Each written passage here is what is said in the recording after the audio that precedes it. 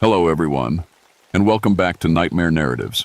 I can picture some of you already in bed, maybe some of you just getting home from work. Wherever you are, whatever time it is, I'm glad you're here. If this helps you relax or sleep, please like and subscribe. It means a lot. Now let's get you comfortable, and I'll tell you tonight's story. My name is Jonathan Blackwater, but everyone calls me John. I've been a park ranger for 11 years now, working in the New River Gorge in West Virginia. Before this job, I fixed radar systems in the Air Force. Now I take care of all the electronic stuff, radios, GPS units, emergency beacons. It's good work, and I'm good at it. The gorge is a special place.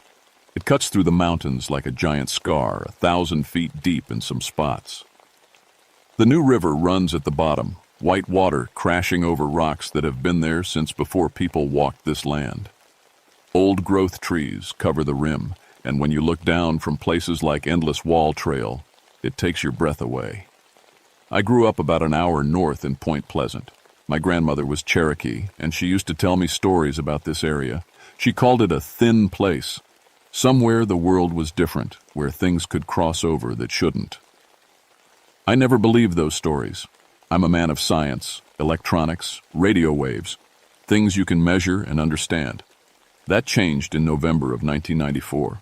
It started with the emergency calls. 3 car accidents in 2 weeks on Route 19, all near the gorge entrance. Drivers said the same thing. A huge bird flew at their windshield, red eyes glowing. They swerved, crashed. Nobody died, thank God, but the stories were strange. Birds don't have red eyes. Not like that. My boss asked me to check it out. Probably some kind of interference with the radio towers, he said. You know, messing with people's vision or something. I drove out on a Thursday morning. The weather was weird. Too warm for November, with thick clouds building up. We'd been getting reports of strange lights in the sky, aurora-type stuff way too far south. The electromagnetic readings were all over the place. I parked at the trailhead and started hiking. The first thing I noticed was the quaus. No birds. None. In 11 years of working these mountains, I'd never heard silence like that. Even my radio was acting up, crackling with static every few minutes. About a mile in, I found the first sign something was wrong. My GPS unit died, just went black. Brand new batteries. Worked fine that morning. I tried my backup radio. Nothing but static with this high-pitched whine that made my ears ring. That's when I saw the trees. Near the cliff edge, a dozen old oaks had lost all their leaves overnight. Not fallen leaves on the ground. Gone. Like something had stripped them clean. The bark was pale, almost white, like the life had been sucked right out. I took pictures with my camera. When I got them developed later, every single photo was black. The film had been somehow wiped clean. I should have left then.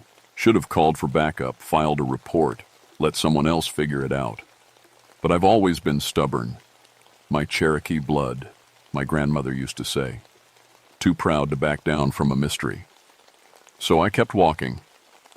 The trail follows the cliff edge for about 3 miles. Amazing views on a normal day. But that day felt wrong. The air was too still. My skin tingled like before a lightning storm, but the clouds weren't that kind of dark. Around the 2-mile mark, I found the campsite. Someone had been there recently. The fire pit still had warm ashes. But whoever it was had left in a hurry. Tent stakes in the ground. No tent. Backpack spilled open. Contents scattered. And in the dirt around the fire pit, prints. Not human prints. Not animal prints either. Something with 3 toes, each one ending in what looked like a claw mark. The prints were huge, at least 18 inches long. And they didn't walk. They hopped, like a giant bird. That's when my radio crackled to life. Base to Ranger Blackwater. Come in, John. I grabbed the radio. This is Blackwater. Go ahead. John, we're getting some strange reports from your area. Hikers are saying they saw something flying around the gorge, something big. I looked up at the sky. Still cloudy, but getting darker. What kind of something? They're calling it a giant bird, or maybe a plane. Red lights, making no sound. You see anything like that? I was about to say no when the radio died again, just went dead in my hand. And in the sudden quiet, I heard it. Wing beats. not the quick flutter of a normal bird. Slow, powerful beats, like helicopter blades, but quieter. The sound was coming from above the trees, but I couldn't see anything through the branches. I grabbed my camera and started recording. That's when I made my first big mistake. I followed the sound. The wing beats led me off the main trail, deeper into the forest. I should have known better. In the Air Force, we had a saying, when the radar shows something impossible, don't chase it. But I was curious, and curiosity has always been my weakness. The trees got thicker as I walked. Old-growth forest. Some of these trees probably here when my Cherokee ancestors walked these paths. The canopy was so thick I needed my flashlight even though it was only mid-afternoon. My electronics kept acting up. The camera would work for a few seconds, then die. The flashlight flickered on and off like it had a loose wire, but I'd checked it that morning. Even my watch stopped working. About half a mile in, I found the second campsite. This one was different, older. The fire pit was cold, but arranged in a perfect circle of stones. 12 stones, each one carved with symbols I didn't recognize. My grandmother might have known what they meant, but she'd been dead for 10 years. More of those strange prints were here. But these ones were different, deeper, like whatever made them had landed hard. And in the center of the camp, scratched into the dirt, was a symbol. It looked like a cross between a bird and a man. Wings spread wide, but with human legs. At the top, 2 circles that could have been eyes. Someone had drawn it, carefully, using a stick or maybe a claw. I was taking pictures of the symbol when I heard the scream. It wasn't human, wasn't animal either. It was something in between, like a hawk's cry mixed with a person yelling. The sound echoed off the cliff walls, bouncing back and forth until I couldn't tell where it came from. Then silence. I waited, listening. My heart was beating so loud I was sure whatever made that sound could hear it. Minutes passed. Nothing. I was about to head back to the trail when I heard Tom calling my name. Tom Brennan was another ranger, worked the northern section of the park. Good man, experienced hiker. We'd worked together on rescue operations before. John! John! Where are you? His voice was coming from deeper in the forest. That was strange. Tom knew these woods, knew to stay on the marked trails. Tom? I'm here? I called back. John? You need to see this. Come toward my voice. Something felt wrong about the way he sounded.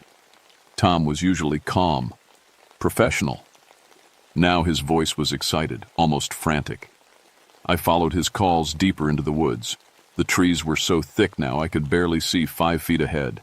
My flashlight beam seemed weaker, like the darkness was swallowing the light. Tom, keep talking so I can find you. Over here, John. Hurry. I pushed through a stand of pine trees and found myself in a small clearing. Tom was there, but he was standing with his back to me, perfectly still. Tom? He didn't answer, didn't move.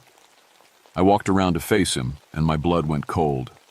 It was Tom's body, but his eyes were wrong, completely black, no whites at all. And he was smiling, but not a human smile, too wide, showing too many teeth. John, he said, but the voice didn't come from his mouth. It came from above, from the trees. I looked up and saw it. At first, my brain couldn't process what I was seeing. It was perched on a thick branchie, each about 20 feet up, man-shaped, but wrong. Too tall, maybe 8 feet. Arms that were also wings, covered in dark feathers. Legs like a person, but ending in claws that gripped the branch. And the eyes. 2 red circles glowing like hot coals. They were looking right at me. John, it said again, using Tom's voice. Don't be afraid. I ran. I crashed through the forest, branches whipping at my face, roots trying to trip me. Behind me, I could hear those slow wing beats keeping pace. Not chasing, just following. When I finally made it back to the main trail, I was bleeding from a dozen cuts. My radio was working again, crackling with voices. Missing hiker on Endless Wall. Search and rescue, all units. Brennan's not responding. I grabbed the radio.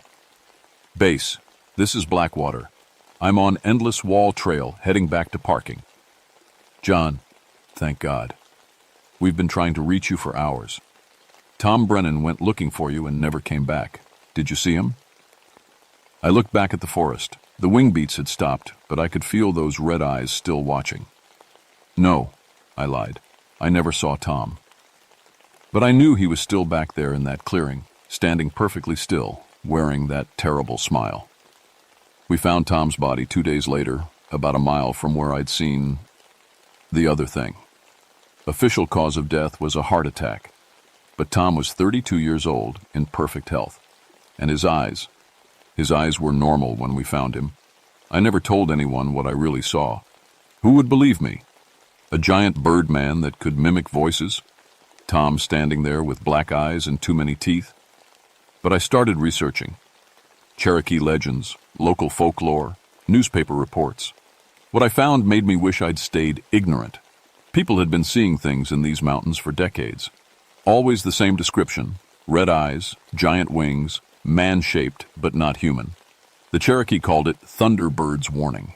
It appeared before disasters, before people died. The last time anyone reported seeing it was December 1967, just before the Silver Bridge coal lapsed in Point Pleasant. 46 people died when that bridge fell.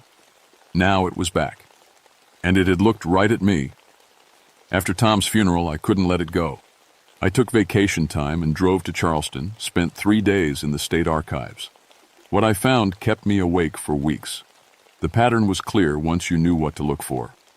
Every 30 years or so, going back to the 1800s, someone would report seeing a giant bird or flying man in the New River Gorge area. And within 2 years, something terrible would happen. 1897, sightings near the gorge. 1899, mine explosion killed 43 men. 1927, multiple reports of red eyes in the sky. 1928, flash flood wiped out 2 towns. 1937, photographer claimed to capture image of winged humanoid. Photo was too blurry to prove anything. 1939, munitions plant explosion killed 18 workers. 1967, the Silver Bridge reports I already knew about. And now 1994, which meant I had until 1996, maybe 1997, to figure out what disaster was coming. I wasn't the only one who'd noticed. Dr. Sarah Martinez from West Virginia University had been studying electromagnetic anomalies in the region for her geology research. When I contacted her, she agreed to meet. The readings have been off the charts, she told me over coffee in a diner near campus. Magnetic field fluctuations, unusual aurora activity, even minor seismic events. Something's destabilizing the local environment. I decided to trust her, told her everything. Tom, the creature, the historical pattern. I expected her to laugh or call me crazy. Instead, she pulled out a folder full of data sheets.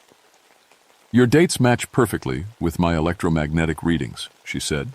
Every time there's been a major disaster in this region, the magnetic field goes wild for months beforehand. John, I think you saw something that exists partially outside our normal space-time. A being that can sense future events because it experiences time differently. We formed a plan. Sarah would bring her sensitive equipment to the gorge. We'd try to track the electromagnetic signatures, maybe predict when and where the creature would appear next. 2 weeks later, we were back on Endless Wall Trail with enough electronic gear to stock a small laboratory. Sarah's equipment immediately started picking up anomalies. Look at this, she said, pointing to her tablet screen. The magnetic field is fluctuating in a perfect spiral pattern, centered somewhere deeper in the forest. It's like something is bending space itself. We followed the readings off-trail, Sarah watching her instruments while I kept lookout.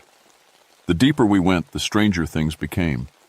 Trees grew in impossible directions, bent at angles that should have killed them.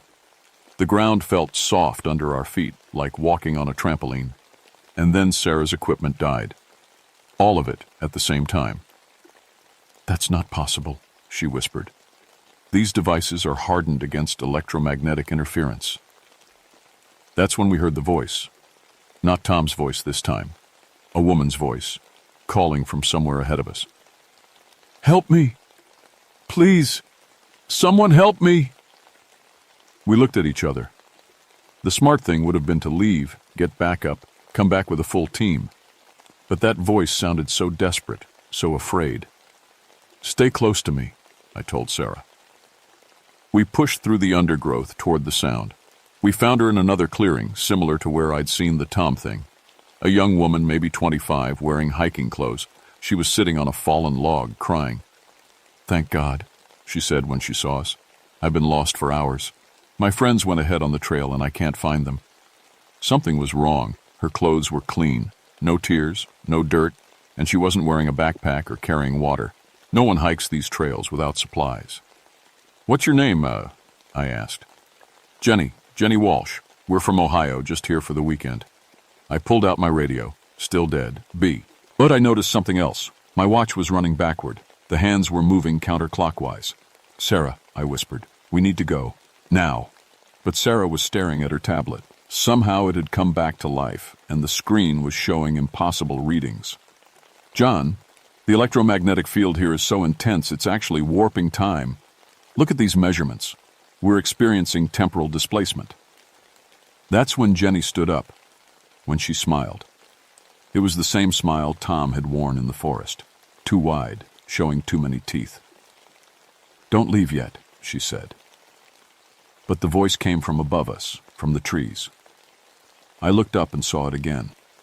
The creature, perched on a branch directly overhead, red eyes glowing in the dim light filtering through the canopy. "I've been waiting for you, John Blackwater," it said, still using Jenny's voice. Sarah screamed. The thing that looked like Jenny flickered, like a bad TV signal, then vanished completely.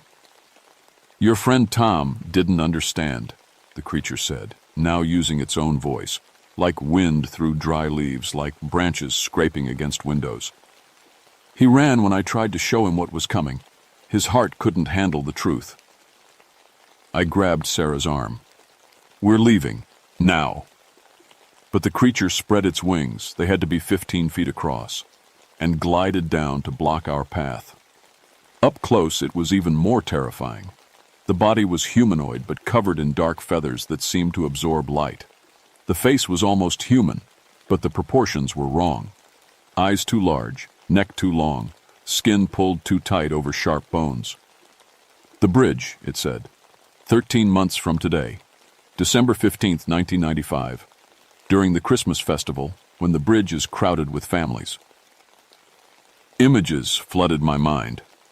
Not words or pictures, but direct knowledge somehow transferred from the creature's consciousness to mine. I saw the New River G, Orge Bridge, the steel arch that carried thousands of cars across the canyon every day. I saw hairline cracks in the support cables, metal fatigue from decades of wind and weather. I saw those cracks spreading, growing, until... The vision was so vivid I fell to my knees, clutching my head. Sarah was beside me, screaming. The creature's electromagnetic field was overloading our nervous systems, forcing us to experience a future that hadn't happened yet. In the vision, I watched the bridge collapse during peak tourist season. Cars plunging into the gorge, families screaming as they fell. Hundreds of people dead in seconds. "Why are you showing me this?" I gasped. "Because you can stop it," the creature said. "You have the knowledge, the access, the credibility. You can make them listen." "What are you?" "A guardian, a watcher. I exist in the spaces between moments, seeing all times at once. When the barriers grow thin, when disaster approaches, I manifest to warn those who might act." Sarah managed to stand up, though she was shaking. "The electromagnetic readings," she whispered. "You're not from our dimension, are you?" "I am from the spaces between dimensions," it replied. "But I am trapped here until the warning is given and received."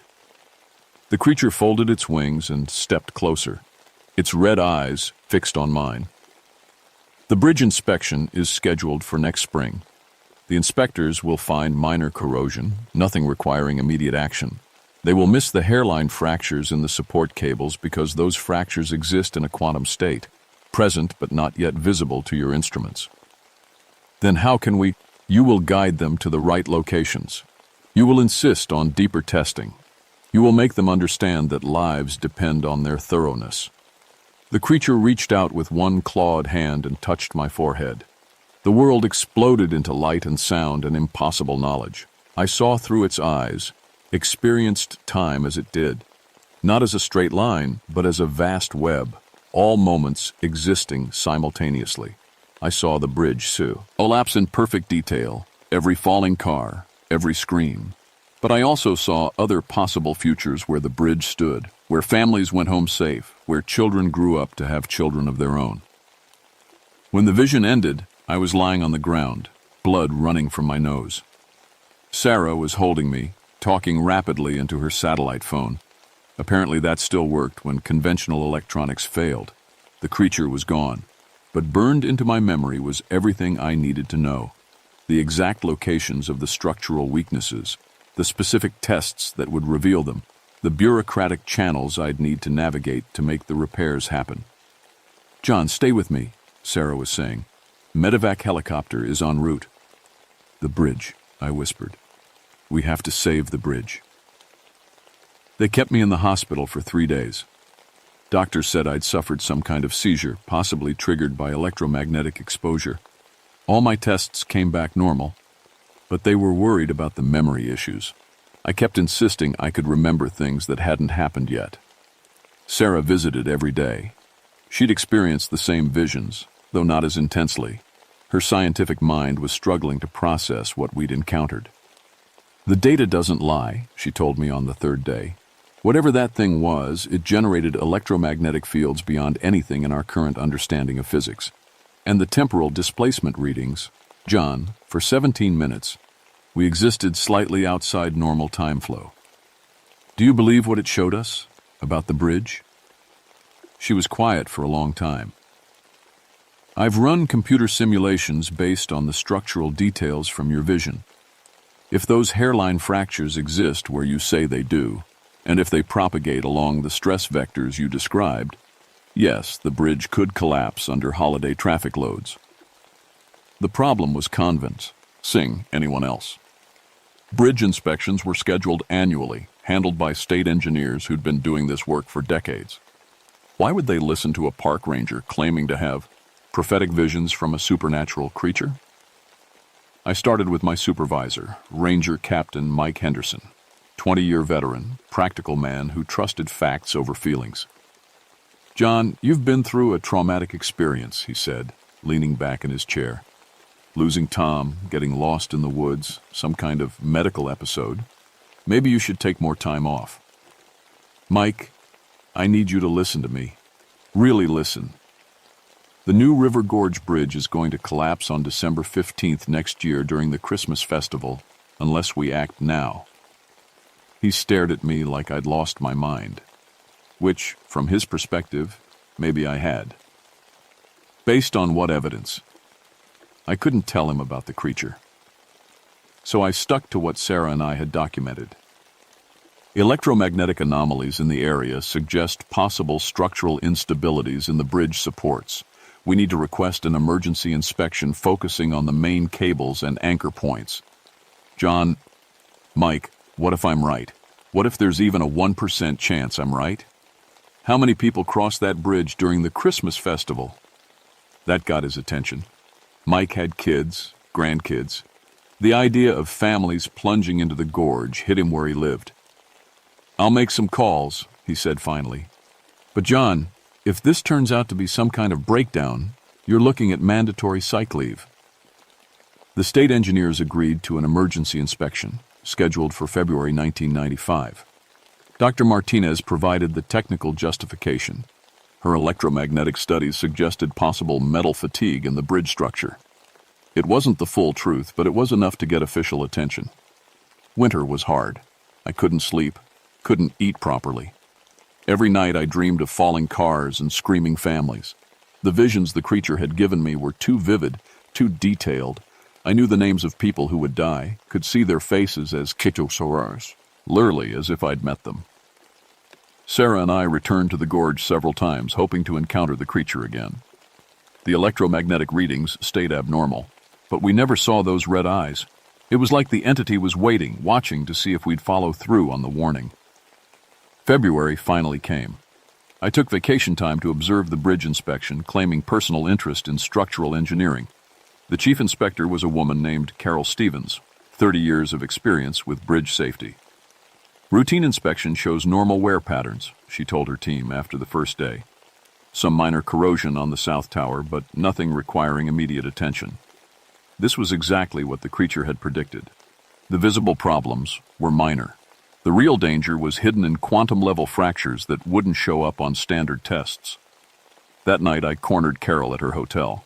"Ms. Stevens, I need to talk to you about the cable analysis. You're the park ranger, right? Blackwater? Look, I appreciate civilian interest, but this is technical work. The hairline fractures in cables 7, 12, and 18. You need to run stress analysis on those specific points." She stopped walking. "What fractures?" "Our preliminary inspection didn't show any fractures in those cables." "They're there. Microscopic level, but they're there. And they're propagating along predictable stress vectors.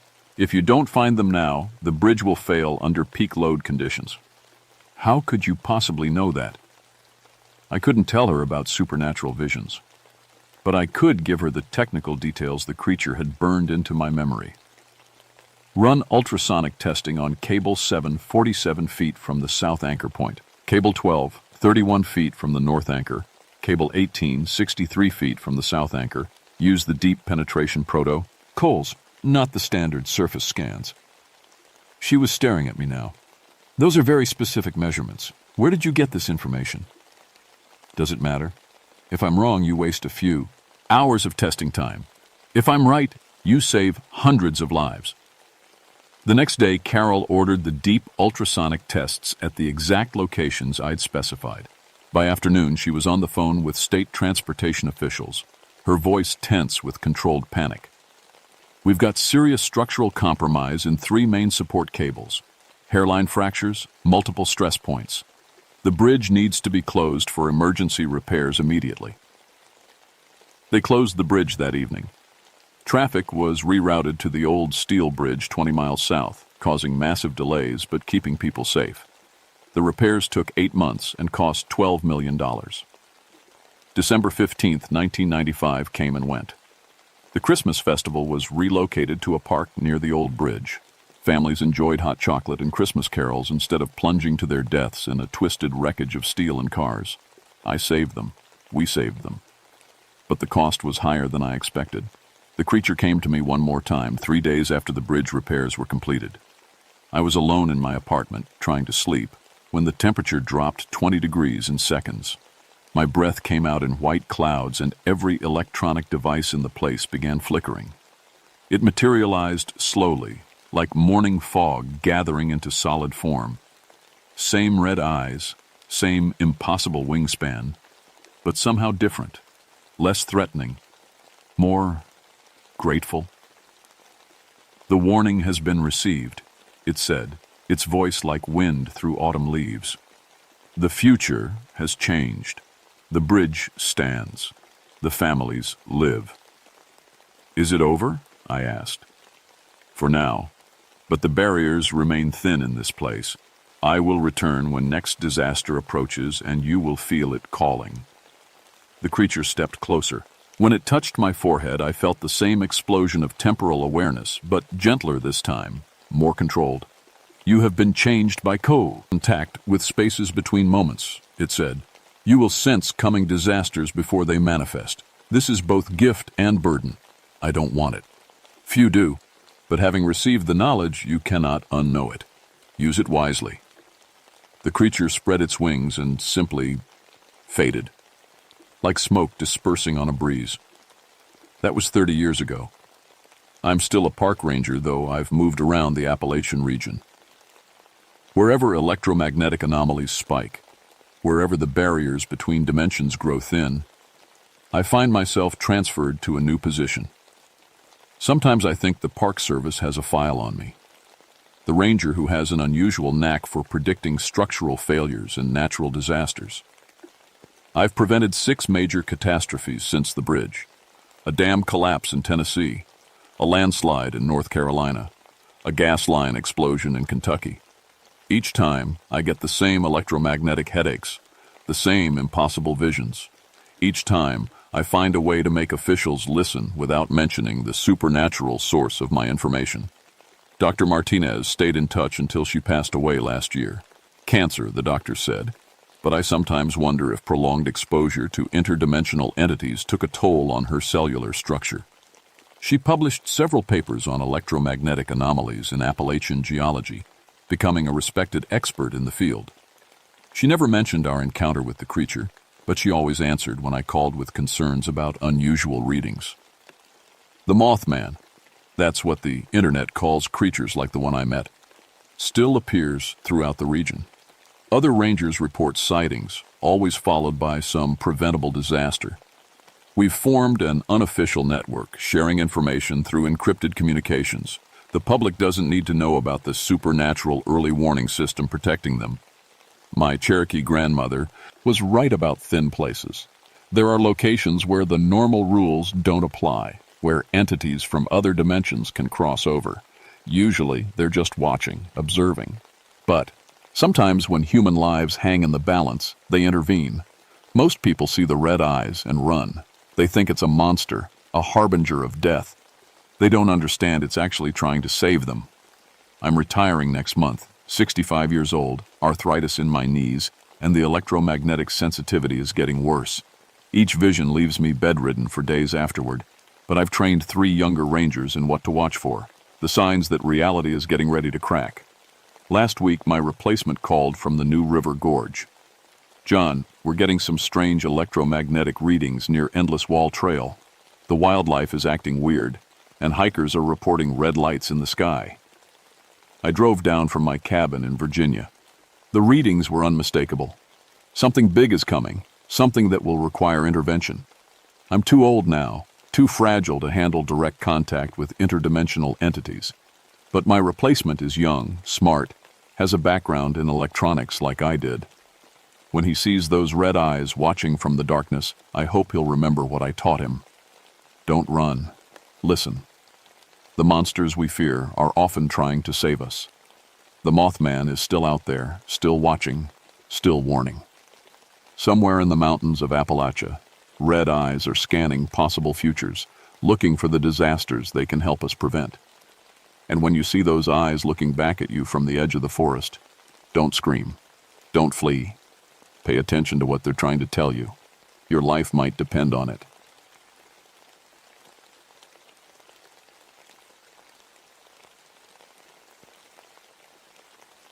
My name is Rebecca Thornton, but everyone calls me Becca.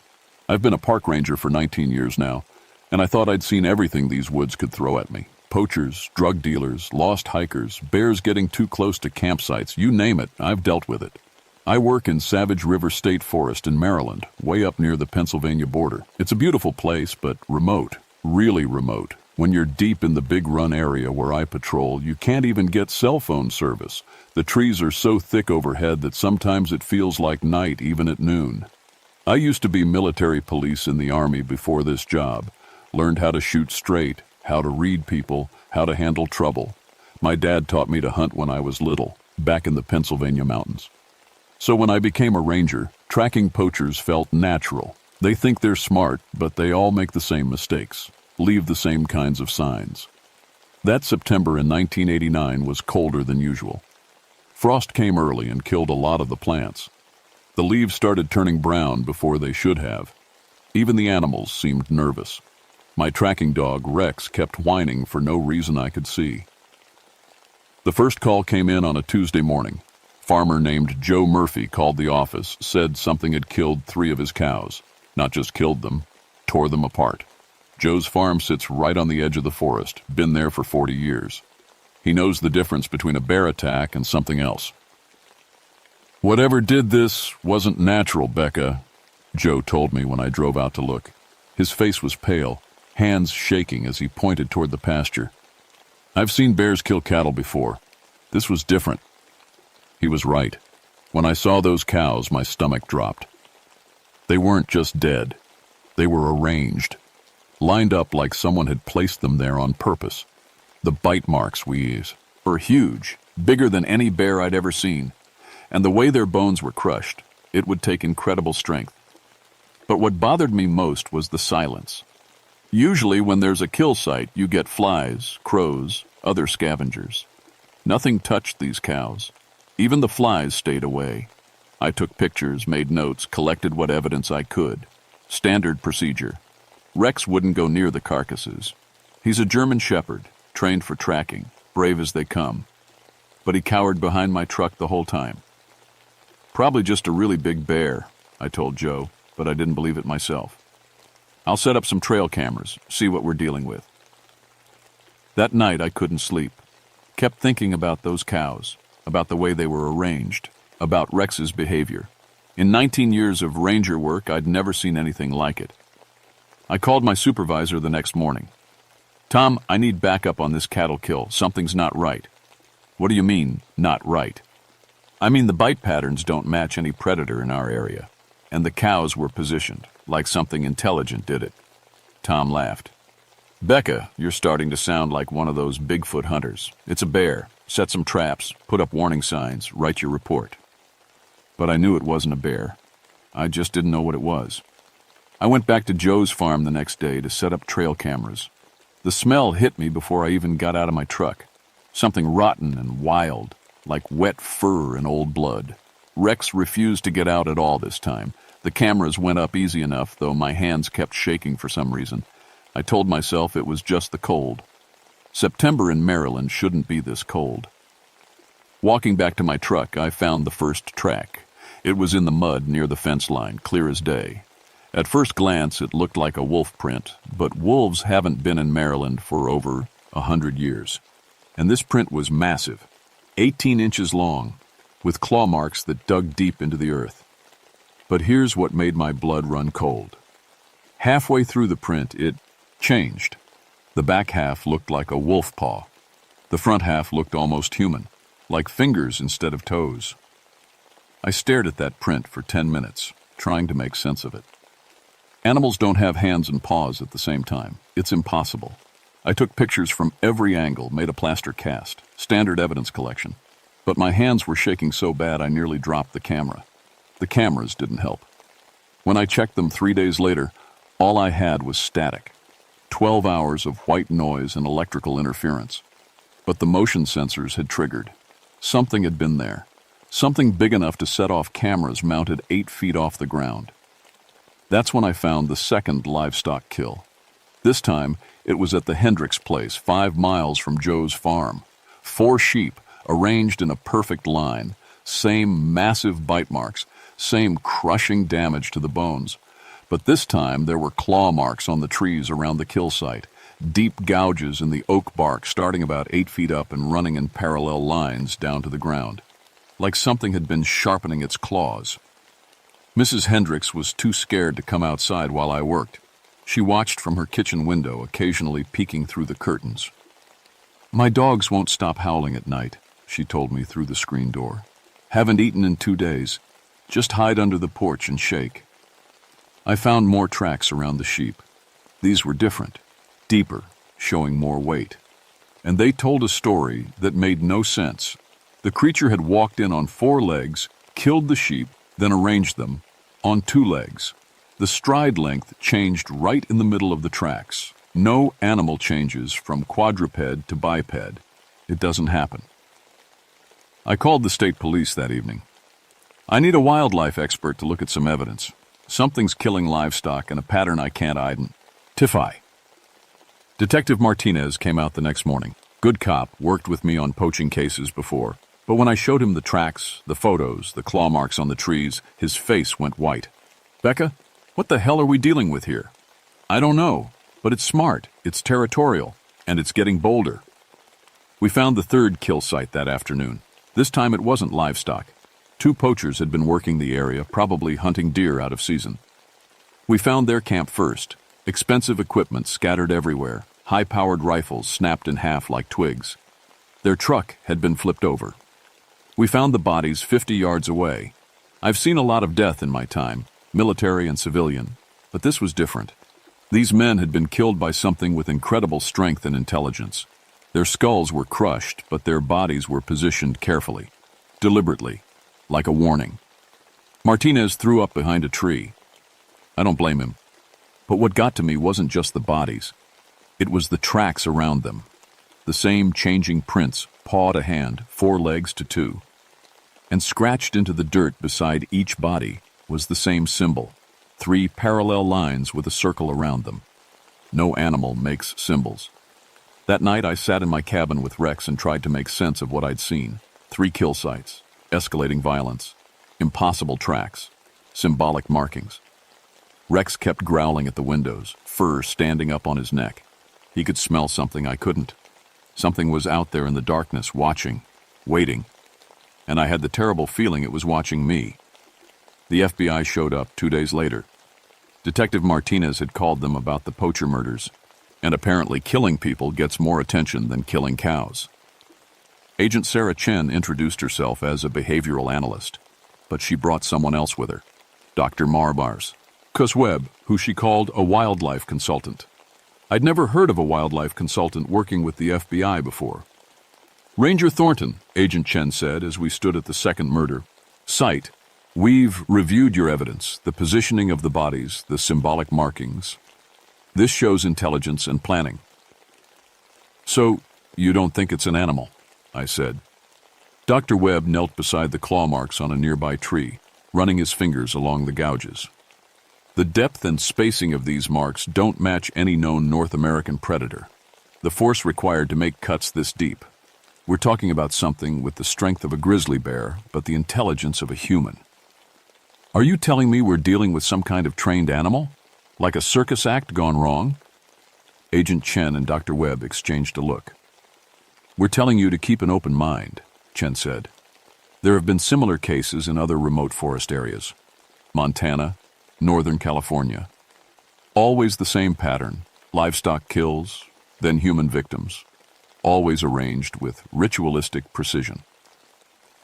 That night I decided to do what rangers do, patrol my territory. If something was hunting in my forest, I needed to understand what it was and how it moved. I set out before dawn with Rex, following the creek that runs through Big Run. The morning was cold and misty, with that early frost making everything look sharp and brittle. Rex stayed close to my heels, whimpering occasionally.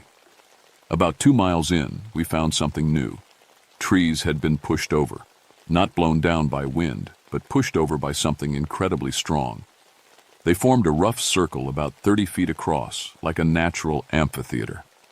In the center of the circle was a pile of bones, not just cow and sheep bones, deer, rabbits, raccoons, months' worth of kills, all cleaned white and stacked neatly.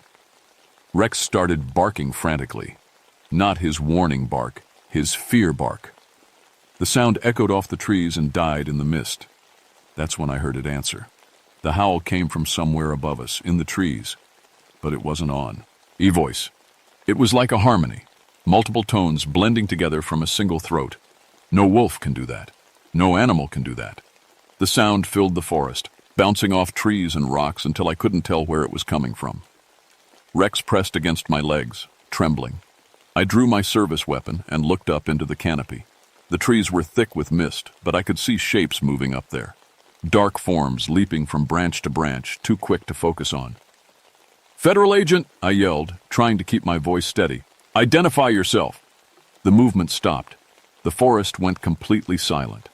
Then I saw the eyes, yellow eyes, reflecting the dim morning light, staring down at me from maybe 40 feet up. Not the eyes of any animal I knew, too intelligent, too focused. They studied me like I was some kind of puzzle to solve. "Easy, Rex," I whispered. My dog had stopped barking and was now frozen in place, staring up at those eyes. The eyes blinked once, slowly, deliberately. Then they were gone. I radioed for backup, but it took Chen and Webb 3 hours to reach us.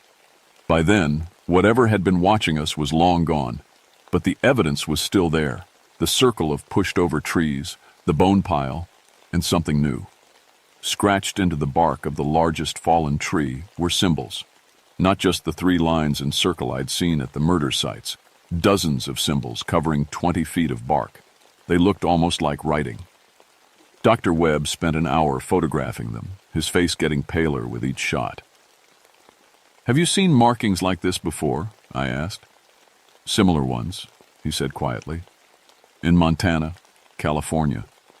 Different locations, but the same language, I guess you'd call it." "Language?" He looked at me seriously. "Ranger Thornton, what if I told you that every one of these cases involved an entity that seems to be protecting its territory from human, as it perceives as threats? Always in old-growth forests. Always in areas where the ecosystem is pristine." "I'd say you sound like you believe in monsters." "I believe in things science hasn't explained yet. And right now, science can't explain how something is killing people and leaving behind evidence that suggests intelligence equal to or greater than human." That evening, we set up a command post at my ranger station.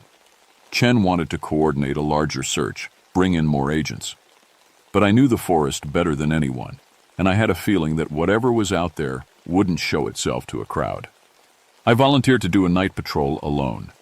"Absolutely not," Chen said. "We don't split up when we're dealing with an unknown entity that's already killed 2 people. But I'm a ranger. These woods are my responsibility. If something was living in my forest, killing people in my territory, I needed to face it."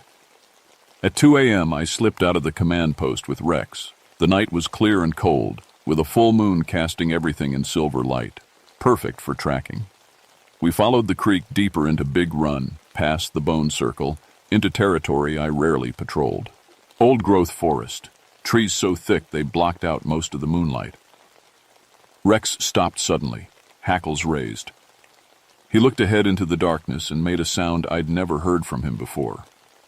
Part whine, part growl, all terror. 50 feet ahead, standing in a shaft of moonlight, was the thing I'd been tracking. It was 7 feet tall, covered in dark fur, walking upright on 2 legs like a man. But its head was wrong, elongated, with a wolf's snout and those same yellow eyes I'd seen earlier. Its arms were too long, ending in hands that were part human, part claw. It stood perfectly still, watching me. Waiting. I raised my gun, but my hands were shaking so bad I couldn't aim properly. The creature tilted its head, studying me. Then it did something that made my blood freeze. It smiled. Not a human smile, not an animal expression. Something in between, showing teeth too sharp and too mauve. Any. Then it spoke. Not words. Not sounds any human throat could make. But I understood anyway, like the meaning was placed directly into my mind. Guardian, protector, same. It knew what I was.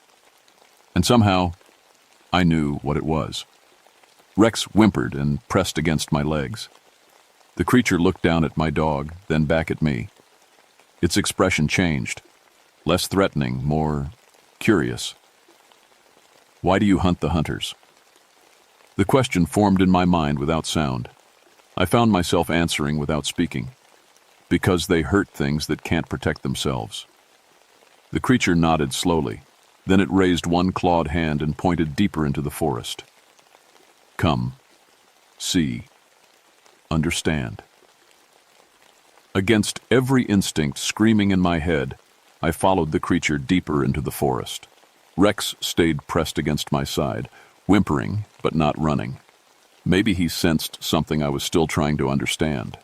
The creature moved through the trees like it belonged there, never breaking a branch or disturbing the forest floor. It would pause occasionally to look back at me, making sure I was following.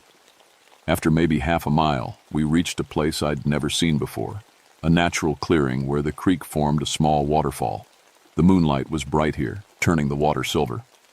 The creature stood at the edge of the clearing and gestured with one clawed hand. The forest around us came alive. Wolves emerged from the shadows.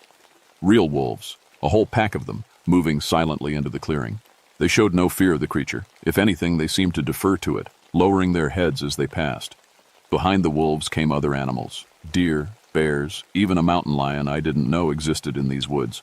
All of them moved with purpose, like they were answering some kind of summons. The creature looked at me, and again I heard its voice in my mind. This is why. Images flooded my thoughts. Not words, but pictures and emotions. I saw the forest as it had been decades ago, pristine, untouched, full of life. I saw the logging operations of the 1920s, men with saws, and trucks tearing down trees that had stood for centuries. I saw the first guardian, protecting what it could. I saw poachers and developers, hunters who killed for sport instead of need, people who saw the forest as something to conquer instead of respect. And I saw what happened to them. The forest chooses its guardians. The creature's voice whispered in my mind. Human and other. Those who protect, we protect. Those who destroy. The images changed. I saw the two poachers from yesterday, but not their bodies. I saw them alive, setting illegal snares, poisoning a creek to kill fish for sport, leaving wounded animals to suffer. I saw them killing a wolf pup just for fun. Justice, the creature said simply. You're protecting the forest, I said out loud. My voice sounded strange in the silence. The creature nodded. Then it did something that shocked me more than anything else that night. It began to change. The transformation was fluid, like watching water flow. The wolf features softened, became more human. The fur receded, revealing dark skin. The claws shortened into fingers. Within moments, a man stood before me, tall, dark-haired, wearing simple clothes that seemed to be made from animal hide. I can take many forms, he said in a normal human voice, but this is easier for talking. Rex stopped whimpering and actually took a step forward, tail wagging cautiously. You're human? I was once, long ago. The forest called to me, as it calls to all its guardians. Some answer by becoming rangers, forest service, people who protect with human laws. Others, he gestured to himself. Others become something more. The logging accidents in the 1920s, that was you? My predecessor. Each generation, the forest chooses someone new, someone who loves it enough to become part of it. I felt something shift inside me, like a door opening in my mind. You're off, airing me a choice. The FBI agents will bring more people. Scientists, hunters, people who want to capture and study what they don't understand. They'll turn this place into a laboratory, drive out the animals, cut down trees to build facilities. I could see it happening. The quiet, ancient peace of Big Run destroyed by curiosity and fear. But there's another way, the Guardian continued. You know these woods. You already protect them. You could do more. Become like you. Become what the forest needs you to be. The pack of wolves had formed a circle around us. They watched silently, like they understood what was being offered. What about the people? Agent Chen, Dr. Webb, they're just doing their jobs. Are they? He gestured, and the air shimmered. Suddenly we could see the command post at my ranger station, but not as I'd left it. There were more vehicles now, more people. I could see Chen on a radio calling for backup. They're bringing a full team, the Guardian said. Tranquilizer guns, nets, tracking equipment. They want to capture me, study me, put me in a cage. In the vision, I could see Dr. Webb setting up some kind of electronic device, not just for studying, for hunting. And when they're done studying me, the Guardian continued, they'll want to find others. Turn the search into a career, write books, make documentaries, bring tourists. I thought about what that would mean for Big Run. Tour buses, cameras, people wanting to see the monster. The quiet, sacred places trampled by crowds. I won't let that happen, I said. The Guardian smiled, his human smile this time, warm and sad. I know. That's why the forest chose you. Behind us, a twig snapped. We turned to see Agent Chen and Dr. Webb emerging from the tree line, both carrying tranquilizer rifles. Step away from it, Ranger Thornton, Chen shouted. That thing is extremely dangerous. Rex started barking, but not at the Guardian, at the federal agents. The Guardian looked at me one last time. Choose quickly, Becca. Guardian to Guardian. Chen raised her rifle. It's Some kind of hybrid, Thornton. Probably escaped from a lab somewhere. We need it alive for study. In that moment, I understood everything. The forest, the guardian. My role in protecting something sacred from people who saw it only as a specimen to catalog. I stepped between Chen and the guardian, my service weapon drawn but pointed at the ground. Agent Chen, lower your weapon. Thornton, get out of the way. That thing killed 2 people. 2 poachers who were torturing animals for sport. The forest was defending itself. Dr. Webb circled around to get a better angle. Ranger, you don't understand what you're dealing with. This entity could be incredibly valuable to science. The guardian touched my shoulder gently.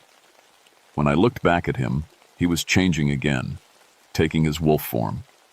But this time, instead of 7 feet of dangerous predator, I saw him for what he really was. A protector, like me. I understand perfectly, I told Webb, and I know whose side I'm on. What happened next lasted only seconds, but I remember every detail. Agent Chen fired her tranquilizer gun. The dart flew toward the guardian, but he was already moving, shifting from human to wolf form mid-leap. The dart passed harmlessly through the space where he'd been standing. Dr. Webb tried to circle around for a better shot, but Rex had other ideas. My dog tackled the wildlife consultant, sending both of them tumbling into the creek. The guardian landed behind Chen and grabbed her rifle, crushing it in his claws like it was made of paper.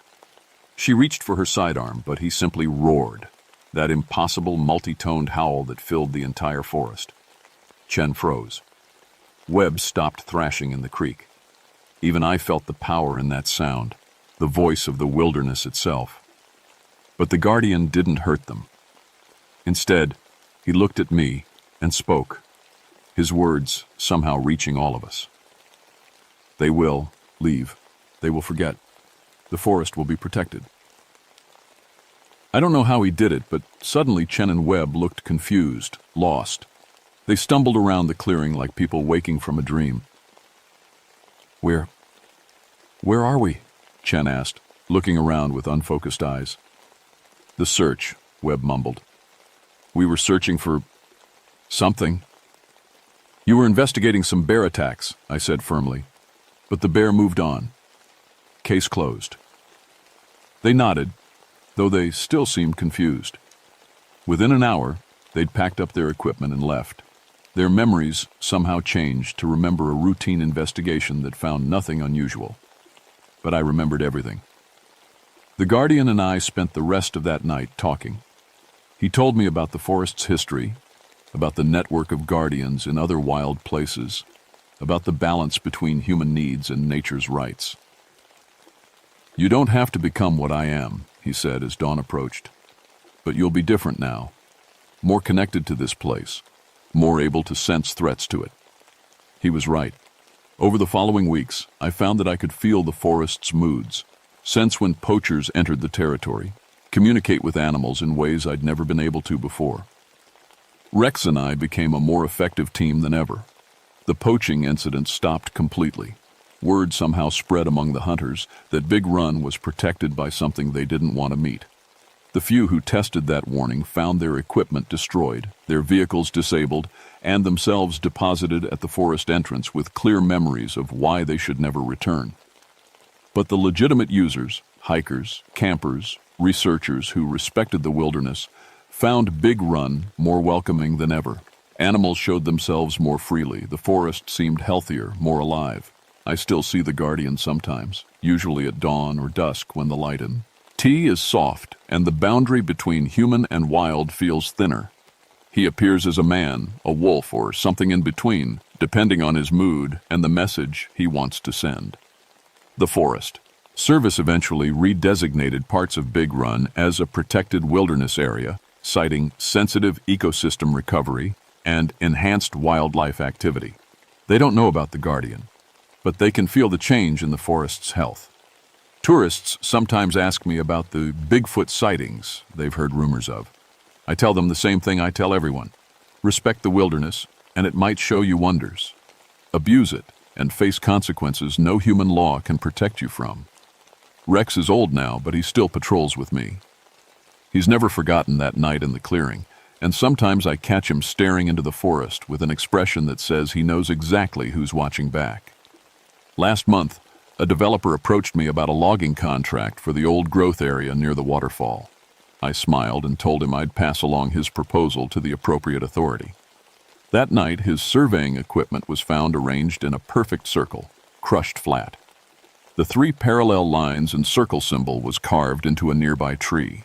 He decided to look for timber rights somewhere else. The forest has its guardians, human and otherwise, and some threats require more than badges and paperwork to handle. But mostly, Big Run is peaceful now. The way it's supposed to be. The way it will stay, as long as people like me are willing to stand between the sacred and those who would destroy it. Some nights, when I'm sitting on my cabin porch with Rex beside me, I hear that impossible howl echoing through the trees. Not threatening this time, but welcoming. The sound of a forest that knows it's protected. The sound of home.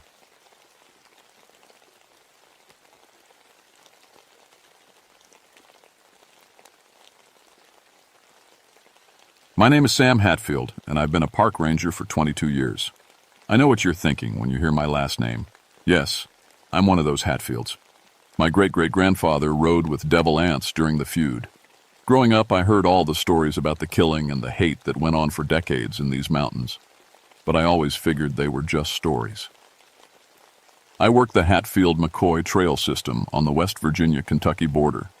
It's beautiful country. Thick forests, deep valleys, and old mountains that have seen more history than most places on Earth. I started as a fire lookout when I was 24 and worked my way up through every department. Now I specialize in what we call cultural resource management. Basically, I help preserve the history of these mountains and teach people about what happened here.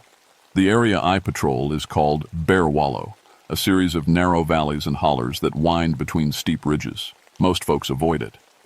There are abandoned coal mines up there, old homesteads falling down, and graves that haven't been tended in 100 years. The locals still remember the feud, and trust doesn't come easy in these parts. April 1991 was when it all started. We had this fog roll in that just wouldn't lift, day after day, thick as cotton, hanging in the valleys like it was glued there. You couldn't see 10 feet in front of you most days. Weather Service said it was unusual, but not impossible. I figured it would blow through like everything else. Then the hikers started reporting strange things. First was a family from Ohio who came to walk the historical trail. They made it about 3 miles in before they turned around. The father came to my station shaking his head, said they saw people watching them from the old cabin ruins. When I asked him to describe these people, he got real quiet. They didn't have eyes, he said. Just hollow places where eyes should be. His wife nodded, like someone had scooped them out with a spoon. I told them it was probably just the fog playing tricks. Maybe some tree stumps that looked like people in the poor visibility. They didn't seem convinced, but they thanked me and left. 2 days later, a Civil War reenactment group that comes through every spring called to cancel. The leader, a man named Jim Morrison, who I'd worked with for 5 years, sounded embarrassed on the phone. Sam, I know this sounds crazy, but my boys won't camp up there. They're saying the place feels wrong, like something's watching them all the time. These were grown men who spent weekends pretending to fight battles. They weren't easily spooked. What exactly did they see? I asked. Figures in the trees, standing too still to be alive. And Sam, he paused. They said these figures looked like they were from the feud days. Old clothes, old rifles, but their faces... Let me guess. No eyes. That's right. How'd you know? I looked out my window at the fog hanging in the valley like a gray blanket. Lucky guess. That night, I sat in my cabin going through the historical records. The Hatfield-McCoy feud ran from roughly 1863 to 1891. 30 years of killing and revenge. The most violent period was right here in Bear Wallow, where my ancestor Devil Ants had his stronghold. Dozens of people died in these mountains. Many of the bodies were never found. My grandmother used to tell me stories about the hollow-eyed dead when I was little. She said they were the spirits of people who died with so much hate in their hearts that it burned out their eyes. They couldn't rest, couldn't move on, because the anger kept them tied to the earth. I always thought it was just a way to scare kids into behaving, but sitting there in my cabin with the fog pressing against the windows like as something trying to get in, those old stories didn't seem so silly anymore. I made a decision that night. Come morning, fog or no fog, I was going up to Bear Wallow to see what was really going on. The fog was so thick the next morning I had to use my compass just to find the trail. Everything was muffled and strange. Even my footsteps sounded wrong, like they were echoing off invisible walls. But I've hiked these mountains in all kinds of weather, and I wasn't about to let a little fog stop me from doing my job. The first thing I noticed was the silence. No birds singing, no squirrels chattering, no insects buzzing. Just my breathing and the soft crunch of leaves under my boots. In 22 years of ranging, I'd never heard the mountains this quiet. About a mile up the trail, I found the first sign that something was off. Footprints. They were in a patch of soft mud beside Grapevine Creek, clear as day despite the fog. But these weren't modern hiking boots or sneakers. They were bare feet, long and narrow, with distinct toe prints. What made them strange was that it had been freezing the past 3 nights. Who walks barefoot in weather cold enough to kill you?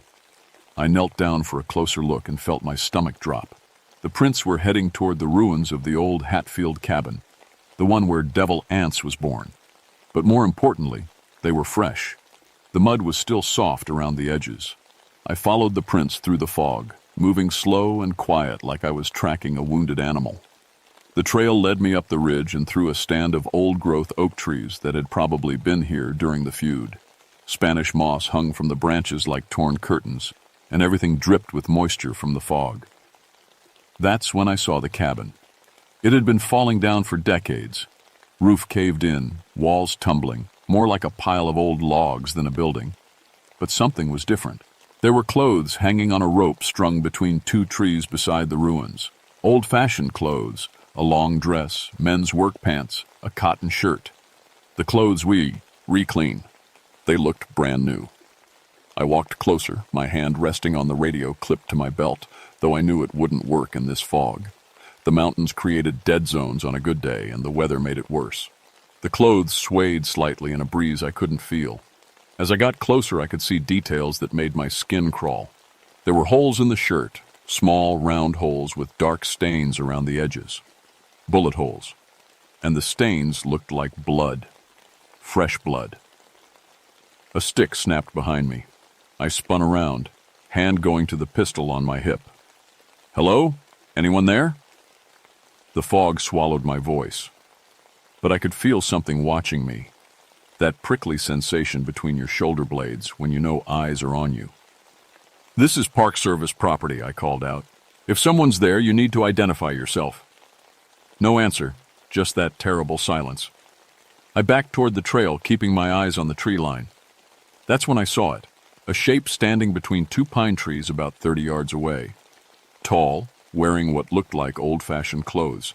It stood perfectly still, like a statue. "Sir? Ma'am? I need you to come out where I can see you." The figure didn't move. Didn't even seem to be breathing. I took a step closer, and the fog shifted just enough for me to see the face. It was smooth. No features at all where the eyes should have been. Just empty, hollow spaces like someone had carved them out with a knife. The mouth was moving, working up and down, but no sound came out. I stumbled backward, nearly tripping over a fallen log. When I looked up again, the figure was gone. My hands were shaking as I pulled out my notebook and wrote down everything I'd seen. The footprints, the clothes, the figure in the trees. As a ranger, I'm trained to observe and document, even when what I'm observing doesn't make sense. I spent another hour searching the area, but found nothing else. The fog seemed to be getting thicker, and I was starting to lose the trail. I marked the GPS coordinates of the cabin ruins and headed back to my station. That evening, I called Dr. Sarah Chen, a paranormal researcher from the University of Kentucky, who'd helped me with some historical preservation projects. Sarah was smart, practical, and never laughed at things she couldn't explain. "Sam, you sound rattled," she said after I told her what happened. "I've been in these mountains my whole life, Sarah. I know every sound, every shadow. This was different. Can you get me up there? I'd like to see this for myself. The fog's too thick right now, but if it clears, call me the moment it does. And Sam, don't go back up there alone." After I hung up, I pulled out my family genealogy charts. My great-great-grandfather, John C. Hatfield, had lived in that cabin. He was Devil Anse's son, known for his temper and his way with a rifle. He'd killed 3 McCoys during the feud before dying himself in an ambush in 1888.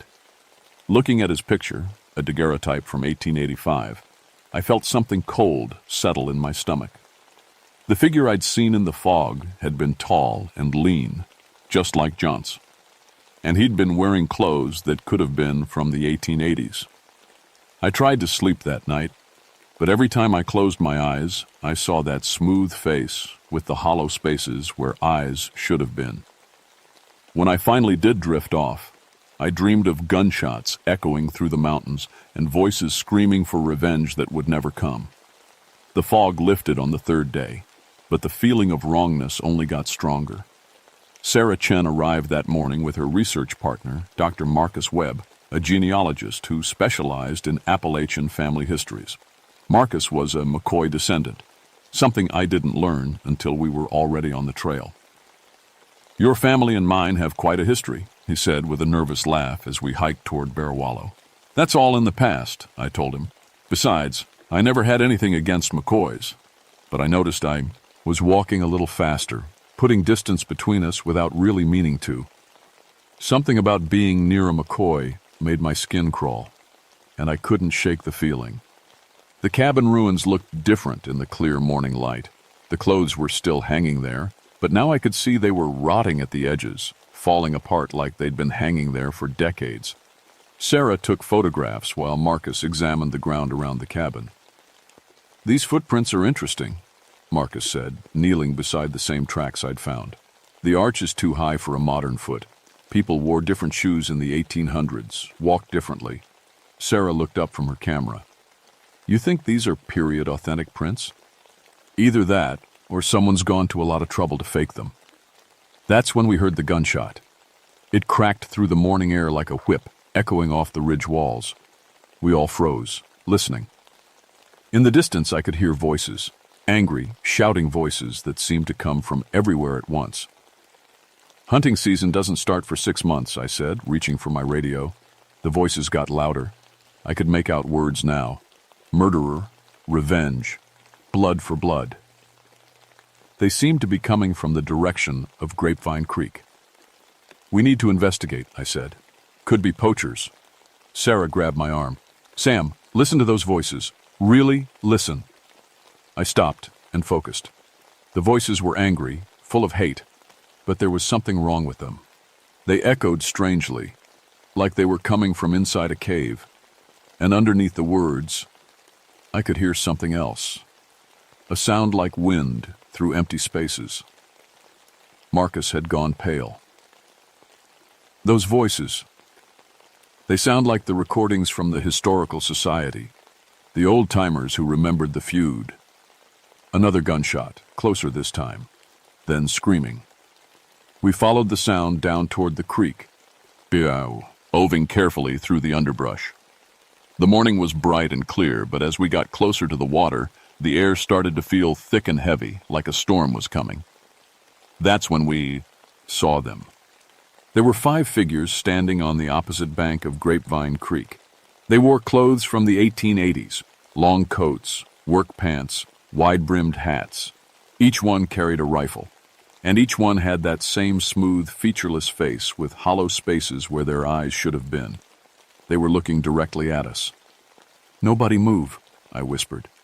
"Don't make any sudden motions." One of the figures raised its rifle and pointed it at Marcus. I heard the hammer cock back with a sharp click. Marcus stumbled backward. "They know," he said, his voice shaking. "They know I'm a McCoy." The figure pulled the trigger. The gunshot was impossibly loud, like thunder right next to your ear. Marcus screamed and fell to the ground, clutching his shoulder. But when I looked, there was no blood. No wound. He was holding his shoulder like he'd been shot, but there was nothing there. It's not real, Sarah said. It's not physically real. But Marcus was writhing on the ground in obvious pain. Real or not, he was hurting. The figures started walking toward us, stepping right through the creek like the water wasn't there. Their movements were wrong, too fluid, like they were floating instead of walking. "Run," I said. We grabbed Marcus under the arms and hauled him to his feet. He could barely walk, still clutching his shoulder, but we managed to get him moving. Behind us, I could hear the hollow-eyed figures coming through the brush, branches snapping, leaves rustling, but no footsteps. We made it back to the trail and kept going until we reached my truck. Marcus collapsed in the back seat, sweating and shaking. "The pain's real," Sarah said, checking his shoulder. "There's no wound, but he's experiencing real trauma." "How is that possible?" "I don't know. But whatever those things are, they have power. They can affect the living." On the drive back to my station, Marcus started, talking in a voice that didn't sound like his own. It was older, rougher, with a mountain accent he didn't usually have. "You Hatfield scum killed my boy," he said, glaring at me with eyes that seemed to have no life in them. "Shot him down like a dog. Now it's your turn to bleed." Sarah grabbed his face, forced him to look at her. "Marcus, you're not back there. You're here in 2991. The feud is over." He blinked several times, and the strange look faded from his eyes. "What happened? Why does my shoulder hurt so much?" "You were shot," Sarah said gently, "but not really shot. It's complicated." That night, while Marcus rested at the local hospital, Sarah and I went through the historical records. What we found made everything worse. The final battle of the Hatfield-McCoy feud had taken place right where we'd encountered the hollow-eyed figures. 8 men had died beside Grapevine Creek, 5 Hatfields and 3 McCoys. According to the records, they'd shot each other down in a fury of revenge and hate. None of them survived. But what really chilled me was a note in my great-great-grandfather's diary, written just days before his death. "The hate has burned so deep in all of us that I fear it's burned away our very souls. When we die, there'll be nothing left but the anger.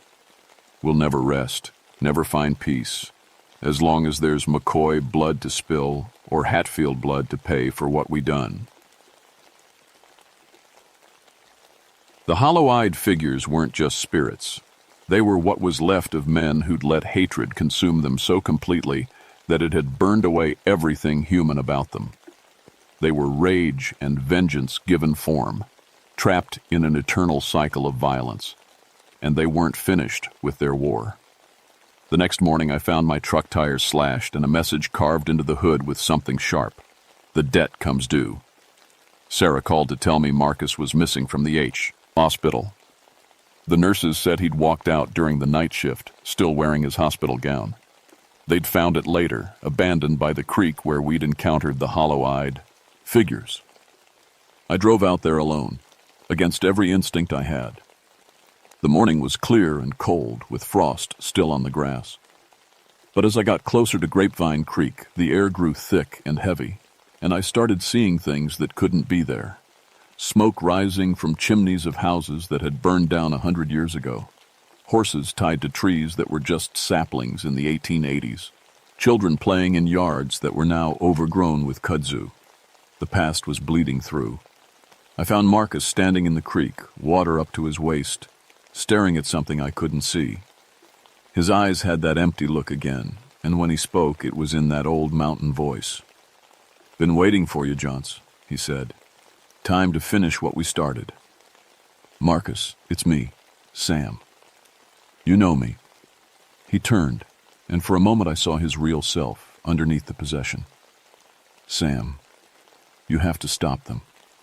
They're using me to get to you. They want to restart the feud, keep the killing going forever." Then his face changed again, became hard and cruel. "Your great-grandfather murdered my boy, shot him in the back while he was running away. Coward's way to kill." "That was over 100 years ago," I said, wading into the creek toward him. We don't have to keep paying for what our ancestors did. Blood calls for blood, Marcus said in that voice that wasn't his. Always has. Always will. He pulled out a knife, an old hunting knife with a bone handle that looked like it had been made in the 1800s. I had no idea where he'd gotten it. Marcus, fight it. You're stronger than they are. For a moment, his real voice came through. I can't. They're in my head, showing me things. Terrible things. Sam, my family. They killed so many of yours. I can feel their guilt, their shame. It's eating me alive. The hollow-eyed figures started materializing around us. First as shadows in the water, then as solid shot. Apes standing on the banks, 5 on one side, 3 on the other. The same ones who'd died here in 1888, still fighting their war. Look at them, Sam, Sarah's voice called from somewhere behind me. I turned and saw her standing on the bank holding an old photograph. Really look at them. I studied the faces, or the places where faces should have been. The hollow spaces weren't empty. They were full of something dark and writhing, like smoke made of pure hatred. They're not my ancestors, I realized. They're not Marcus's family either. They're what's left when you let hate burn away everything human about you. The figure that had been my great-great-grandfather stepped forward. When it spoke, its voice came from that hollow space where its mouth should be. You carry our blood, boy, our anger, our need for revenge. You feel it, don't you? The rage when you look at that McCoy. I did feel it. Standing there looking at Marcus, I felt a deep, burning anger that had nothing to do with anything he'd done. It was old anger, inherited anger, passed down through generations like a curse. Yes, I said, I feel it.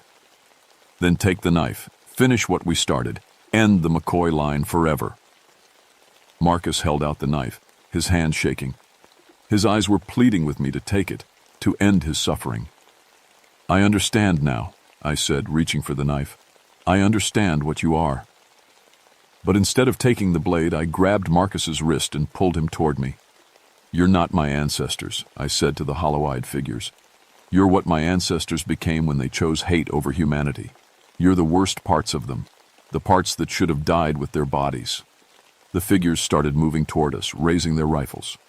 Marcus, I said, shaking him hard, remember who you are. Remember your real family, your wife, your daughter. They're waiting for you. Sarah. His own voice, weak but real. That's right, Sarah's waiting.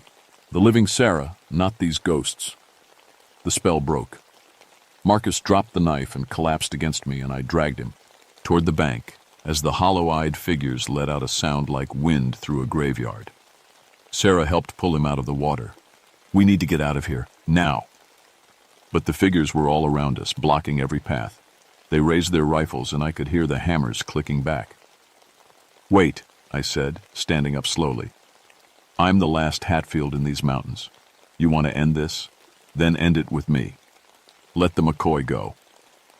The figures lowered their weapons slightly. But first, you need to know something. The feud didn't end because one side won. It ended because people got tired of dying. Tired of losing their children and their fathers and their brothers to stupid pride. I pulled out a piece of paper I'd brought with me, a petition signed by every Hatfield and McCoy descendant in the area, something Sarah and I had organized years ago for a peace memorial. This is what your descendants chose, I said. Peace, forgiveness, an end to the killing. The hollow-eyed figures started to flicker, like bad television reception. You're not my ancestors anymore. You're just hate without purpose, anger without meaning. You've forgotten everything that made you human. One by one, they began to fade. But the one that had been John C. Hatfield remained, its hollow face fixed on me. The blood remembers, it said in a voice like wind through dead leaves. Maybe, I said, but the heart can choose to forget. It raised its rifle one last time, aimed directly at my chest. For a moment, I thought it was going to shoot. Then it slowly lowered the weapon and looked down at its hands. Tired, it said in a voice that sounded more human than it had before. So tired of the anger, Then let it go, I said gently. Let it all go. The figure looked up at me, and for just a moment I saw something in those hollow spaces. Not eyes, but something like peace. Then it faded away like morning mist, taking the sound of gunshots and angry voices with it. The creek was just a creek again. The forest was just a forest. And Marcus was just Marcus, shivering in my arms and asking what happened. Marcus doesn't remember much about being possessed, which is probably a blessing. He went back to Kentucky and took a teaching position at a small college, but he sends me Christmas cards every year. We've never talked about what happened at Grapevine Creek, but sometimes his cards include news about McCoy family reunions and heritage festivals. I think he understands what we accomplished up there. Sarah wrote a paper about the incident for the Journal of Paranormal Research. She called it Generational Trauma and Spiritual Manifestation in Post-Conflict Environments. Most people who read it think it's fiction. The Park Service established the Hatfield-McCoy Reconciliation Memorial at Grapevine Creek the following year. It's a simple stone marker with the names of all the people who died during the feud, both families together. The inscription reads, "In memory of those who died and in hope for those who choose to live in peace." I still patrol Bear Wallow, and I still see things sometimes. Glimpses of movement in the trees, shadows that don't match any living thing. But they're different now, not angry, just present. Like echoes of the past that have learned to live with the present. 3 months after the incident, I got a call from a woman named Janet Morrison in Tennessee. Her family had been feuding with their neighbors for 30 years over a property line dispute. Recently, people had started reporting strange sightings around the contested land, figures that watched from the woods, voices arguing in the night. "I heard you dealt with something similar," she said. "My grandmother says the hate in families can outlive the people carrying it. Says it's she who shouts, and gets so strong it takes on a life of its own." I drove down to Tennessee that weekend. The work isn't easy, and it doesn't always end well. Hatred runs deep in these mountains, passed down, through generations like heirloom jewelry or family recipes. Sometimes it's too strong, too embedded in people's sense of who they are. But sometimes, more often than you'd think, people are ready to let go of anger that was never really theirs to begin with. I've learned that the dead don't haunt us as much as we haunt ourselves. The hollow-eyed figures weren't really my ancestors. They were the shadows cast by inherited anger, rage that had been passed down so long it had forgotten its original purpose. The real ghost isn't some spirit wandering the earth. It's the hate we carry for reasons we can't even remember, the anger we feel toward people we've never met for things that happened before we were born. But here's the thing about ghosts. They only have the power you give them. And sometimes, if you're very brave and very tired of being haunted, you can choose to let them go. The mountains are peaceful now, most days, but I still keep my radio close and my eyes open. Because somewhere in these hills, other families are carrying other grudges, other inherited anger that might be growing stronger than the people carrying it. And when that happens, they'll need someone who understands that the real enemy isn't the living or the dead. It's the hate that stands between them, hollow-eyed and hungry, waiting to devour another generation. That's why I keep doing this work. That's why I keep climbing these mountains, walking these trails, watching these valleys. Because somebody has to stand guard against the ghosts we make of our own anger. And somebody has to remember that peace is always possible, even in the deepest, darkest places where the worst of us goes to hide.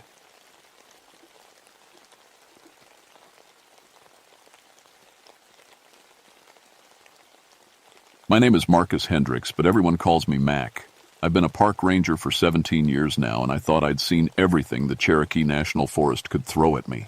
Bears, lost hikers, flash floods, even the occasional crazy person with a gun.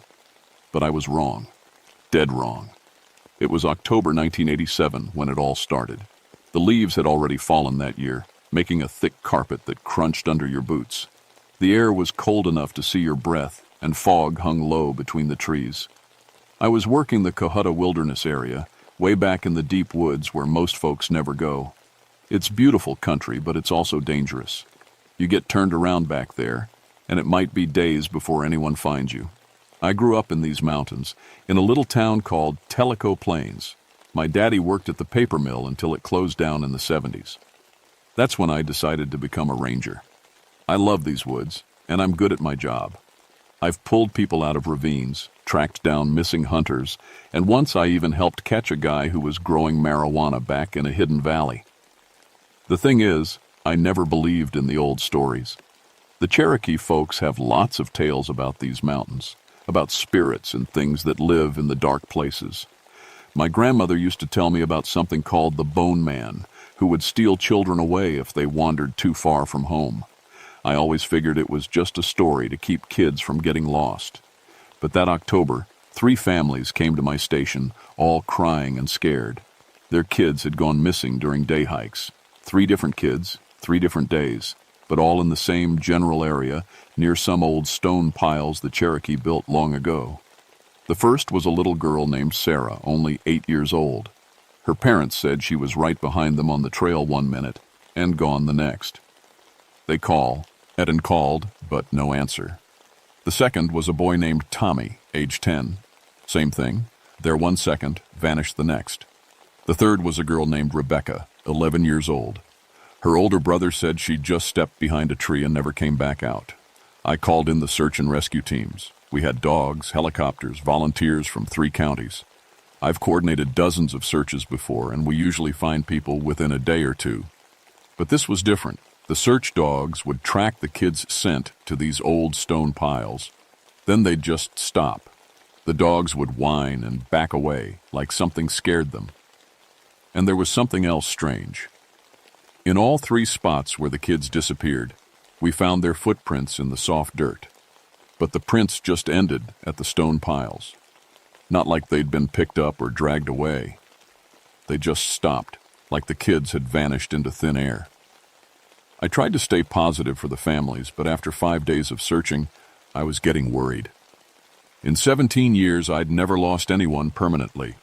These were good kids from good families, not the type to run away. And the area where they'd disappeared wasn't that big, maybe 5 square miles of forest. We should have found something by now. That's when Joseph Crow Feather showed up at my station. Joseph was an elder from the Cherokee Nation, probably in his 70s. He had long gray hair and wore an old denim jacket with tribal patches. He walked with a carved wooden cane, but his eyes were sharp as a hawk's. "Ranger Hendricks," he said, "we need to talk about what's taking these children." I offered him coffee, and we sat in my office. Outside, the search teams were still combing the woods, but I had a feeling they wouldn't find anything. "Those stone piles where the kids disappeared," Joseph said, "they're not just old Cherokee markers. They're warning signs. They mark the places where something evil lives." I've always tried to be respectful of Cherokee beliefs, but I needed facts, not stories. "Mr. Crowfeather, I understand you're concerned, but we're dealing with a criminal investigation here. Someone took those kids." Joseph shook his head. "Not someone, something. We call it Nvi-Atsila, the bone collector. It's been taking children from these mountains for more than 150 years. He told me the story. Long ago, during the Trail of Tears, there was a Cherokee medicine man who lost his own children when the soldiers forced the tribe to leave. The pain and anger drove him mad, and he turned to dark magic to get revenge. He made a deal with evil spirits to give him power over the dead. But the magic changed him, turned him into something that wasn't human anymore. The bone collector feeds on innocence, Joseph explained. It takes children and steals their life force, their spirits. The children don't die right away. They're trapped between worlds while it slowly drains them. The bones you'll find are all that's left when it's done. I wanted to dismiss it all as superstition, but something about Joseph's voice made me listen. He wasn't trying to scare me or get attention. He was genuinely afraid. "If this thing is real," I said, "how do we stop it?" "You don't fight it with guns or dogs," Joseph said. "It's not fully in our world anymore. But there are ways to protect yourself if you know how." He reached into his jacket and pulled out a small leather pouch filled with herbs and something that looked like sage. "Burn this if you see it," he said. "And whatever you do, don't let it touch you directly. It can drain your life force just like it does to the children. I took the pouch, even though I felt silly doing it. Where do you think it's hiding? Joseph pointed toward the map on my wall. There's a cave system about 2 miles past where the last child disappeared. The old ones always said that's where the bone collector lives. If those children are still alive, that's where you'll find Tot. After Joseph left, I sat in my office for a long time staring at the map. The cave system he'd pointed to was in a part of the forest I rarely patrolled. It was rough country, full of deep ravines and thick brush, but if there was even a chance the kids were alive. I was getting ready to head out when my radio crackled. It was Deputy Sheriff Mike Collins, and he sounded shaken. Mac, we found something you need to see. It's about a 1/4 mile past the third stone pile near that big oak tree. You need to get down here now. I drove my truck as far as the forest road would take me, then hiked the rest of the way. Mike was standing next to what looked like a small clearing in the trees. When I got closer, I saw what had upset him. There were bones scattered around the base of the oak tree. Small bones, arranged in careful patterns like someone had placed them there on purpose. Some of the bones looked old, yellowed with age, but others looked fresh. We found this backpack too, Mike said, holding up a small pink bag. It's got Rebecca Martinez's name on it. Rebecca was the 3rd child who'd disappeared. I knelt down and looked at the bone patterns more carefully. They formed perfect circles, with smaller bones pointing toward the center like arrows. It wasn't random. Someone or something had arranged them this way. That's when I heard it. Faint, like it was coming from underground, but definitely there. Children singing. It sounded like a lullaby, but in a language I didn't recognize. Cherokee, maybe. Mike heard it too. What the hell is that? The singing seemed to be coming from deeper in the woods, toward the cave system Joseph had mentioned. I grabbed my flashlight and radio, then looked at Mike. Call for backup, I said. And stay here. Don't follow that sound, no matter what. As I walked toward the caves, the temperature dropped 20 degrees. My breath came out in white puffs, and frost started forming on the trees around me. In October, in Tennessee. It wasn't natural. The singing got louder as I got closer to the caves. It was definitely children's voices. But there was something wrong with the melody. It made my skin crawl and my stomach feel sick. Every instinct I had was telling me to turn around and run, but those kids were counting on me. I found the cave entrance hidden behind a wall of thick bushes. The opening was just big enough for a person to squeeze through, and cold air was flowing out of it like a refrigerator. The children's singing was definitely coming from inside. I clicked on my flashlight and started to crawl through the entrance. That's when I noticed the scratches in the rock around the opening. They looked like claw marks, but they were too big to be from any animal I knew about. The singing stopped suddenly, and the woods went completely quiet. Even the insects and birds had gone silent. In the distance, I could hear Mike calling my name on the radio, but his voice sounded thin and far away. Something was watching me. I could feel its eyes on me, cold and hungry. But when I swept my flashlight beam around the cave entrance, I didn't see anything. That's when I heard the footsteps coming up behind me. I spun around, hand on my pistol, but it was just Mike. He looked pale and scared. I told you to stay put, I said. The singing stopped, he whispered. And then I heard you scream. I didn't scream. We looked at each other. If Mike had heard me scream, but I hadn't made a sound, then what had he heard? We're going in together, I decided. Stay close, and don't wander off. The cave tunnel was narrow at first, barely wide enough for both of us.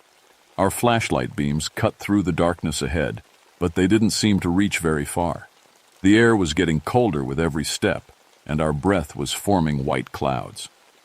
After about 50 yards, the tunnel opened up into a larger chamber. Our lights revealed a space about the size of a small room, with several other tunnels leading off in different directions. But what made us both stop and stare were the things arranged around the chamber walls. Children's belongings, dozens of them, backpacks, shoes, toys, pieces of clothing. Some looked recent, but others were clearly very old. There was a wooden toy horse that might have been from the 1800s, and a leather doll that was falling apart with age. "Jesus Christ," Mike whispered. In the center of the chamber, someone had arranged more bones in those same circular patterns. But these bones were different. They were polished white, like they'd been cleaned and cared for. And in the very center of each circle was a small skull. That's when we heard the children again. But this time, they weren't singing. They were crying. The sound was coming from the tunnel on our left. Mike grabbed my arm. "Mac, we need to call for backup. This is way bigger than just 3 missing kids." He was right, but my radio wasn't getting any signal this deep underground. And those children were crying for help somewhere in the darkness ahead. "5 more minutes," I said. "If we don't find them in 5 minutes, we go back and call for help." The tunnel sloped downward, and the crying got louder. But there was something else now, too. A smell like rotting meat and old bones. It made both of us gag. The tunnel opened up into an even larger chamber, and this time our flashlight beams revealed something that made my blood freeze. 3 children were sitting against the far wall, but they weren't moving. Sarah, Tommy, and Rebecca. I recognized them from the photographs their parents had given me. They were alive, because I could see them breathing, but their eyes were closed and they looked like they were sleeping, or unconscious. "Kids," I called out. "Can you hear me?" None of them responded. As we got closer, I could see that they were pale, almost white, like all the blood had been drained out of them. Their lips were blue, and their breathing was so shallow I had to look closely to see their chests moving. Mike knelt down next to Sarah and gently shook her shoulder. "Sarah? Sarah, can you wake up?" Her eyes opened for just a second, and she looked at us. But her eyes were completely white, no color at all, like cataracts. She tried to say something, but only a whisper came out. "Cold," she said. "So cold." That's when I realized the children were sitting in the middle of another one of those bone circles. But this circle was bigger than the others, and the bones looked fresh. Human bones, adult-sized. "We need to get them out of here right now," I said. I reached down to pick up Sarah, but the moment my hands touched her, pain shot through my arms like electricity. Not just pain. It felt like something was trying to pull the life right out of me. I jerked my hands back and staggered backward. Mike tried to grab Tommy, and the same thing happened to him. The kid was like a live wire, but instead of electricity, he was somehow draining our energy. "What the hell is wrong with them?" Mike asked. Before I could answer, we heard footsteps echoing from one of the other tunnels. Slow, deliberate footsteps, like someone very large was walking toward us. But there was something wrong with the sound. It was too heavy, like the footsteps were made by something much denser than a human being. Our flashlight beams swept toward the sound, and that's when we saw it. The thing that came out of the tunnel was tall, maybe 8 feet, and thin like a skeleton. But it was wearing the rotted remains of what looked like Cherokee ceremonial clothes. Feathers and beads hung from its shoulders, and around its neck was a necklace made of small white objects that I realized were human teeth. Its face was mostly bone, with just scraps of dried skin hanging from the skull. Where its eyes should have been, there were 2 black holes that seemed to suck in our flashlight beams. And its hands were just bone, with long fingers that ended in sharp points like claws. It was the bone collector, and it was looking right at us. The thing opened its mouth and let out a sound that wasn't quite a scream and wasn't quite a laugh. The sound echoed off the cave walls and seemed to go right through our bones. Both Mike and I stumbled backward, but the creature moved toward us with impossible speed. Mike drew his pistol and fired 3 shots center mass. I heard the bullets hit, but they didn't slow the creature down at all. It reached out with one skeletal hand toward Mike's face. "Don't let it touch you!" I yelled, remembering Joseph's warning. Mike ducked and rolled to the side, but he wasn't fast enough. The creature's fingers brushed against his shoulder and Mike screamed. Not a normal scream. A sound of pure agony, like his soul was being ripped apart. In seconds, Mike's hair went from brown to white. His face aged 20 years, and his body started to shrivel up like a plant in the desert. The creature was draining his life force, just like Joseph had said. I grabbed the leather pouch Joseph had given me and dumped the contents on the cave floor. Then I pulled out my lighter and set the herbs on fire.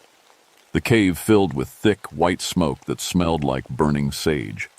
The creature let out another horrible sound and jerked its hand away from Mike. The smoke seemed to hurt it, or at least annoy it. It stepped backward into the shadows, but I could still see those black eye holes watching us.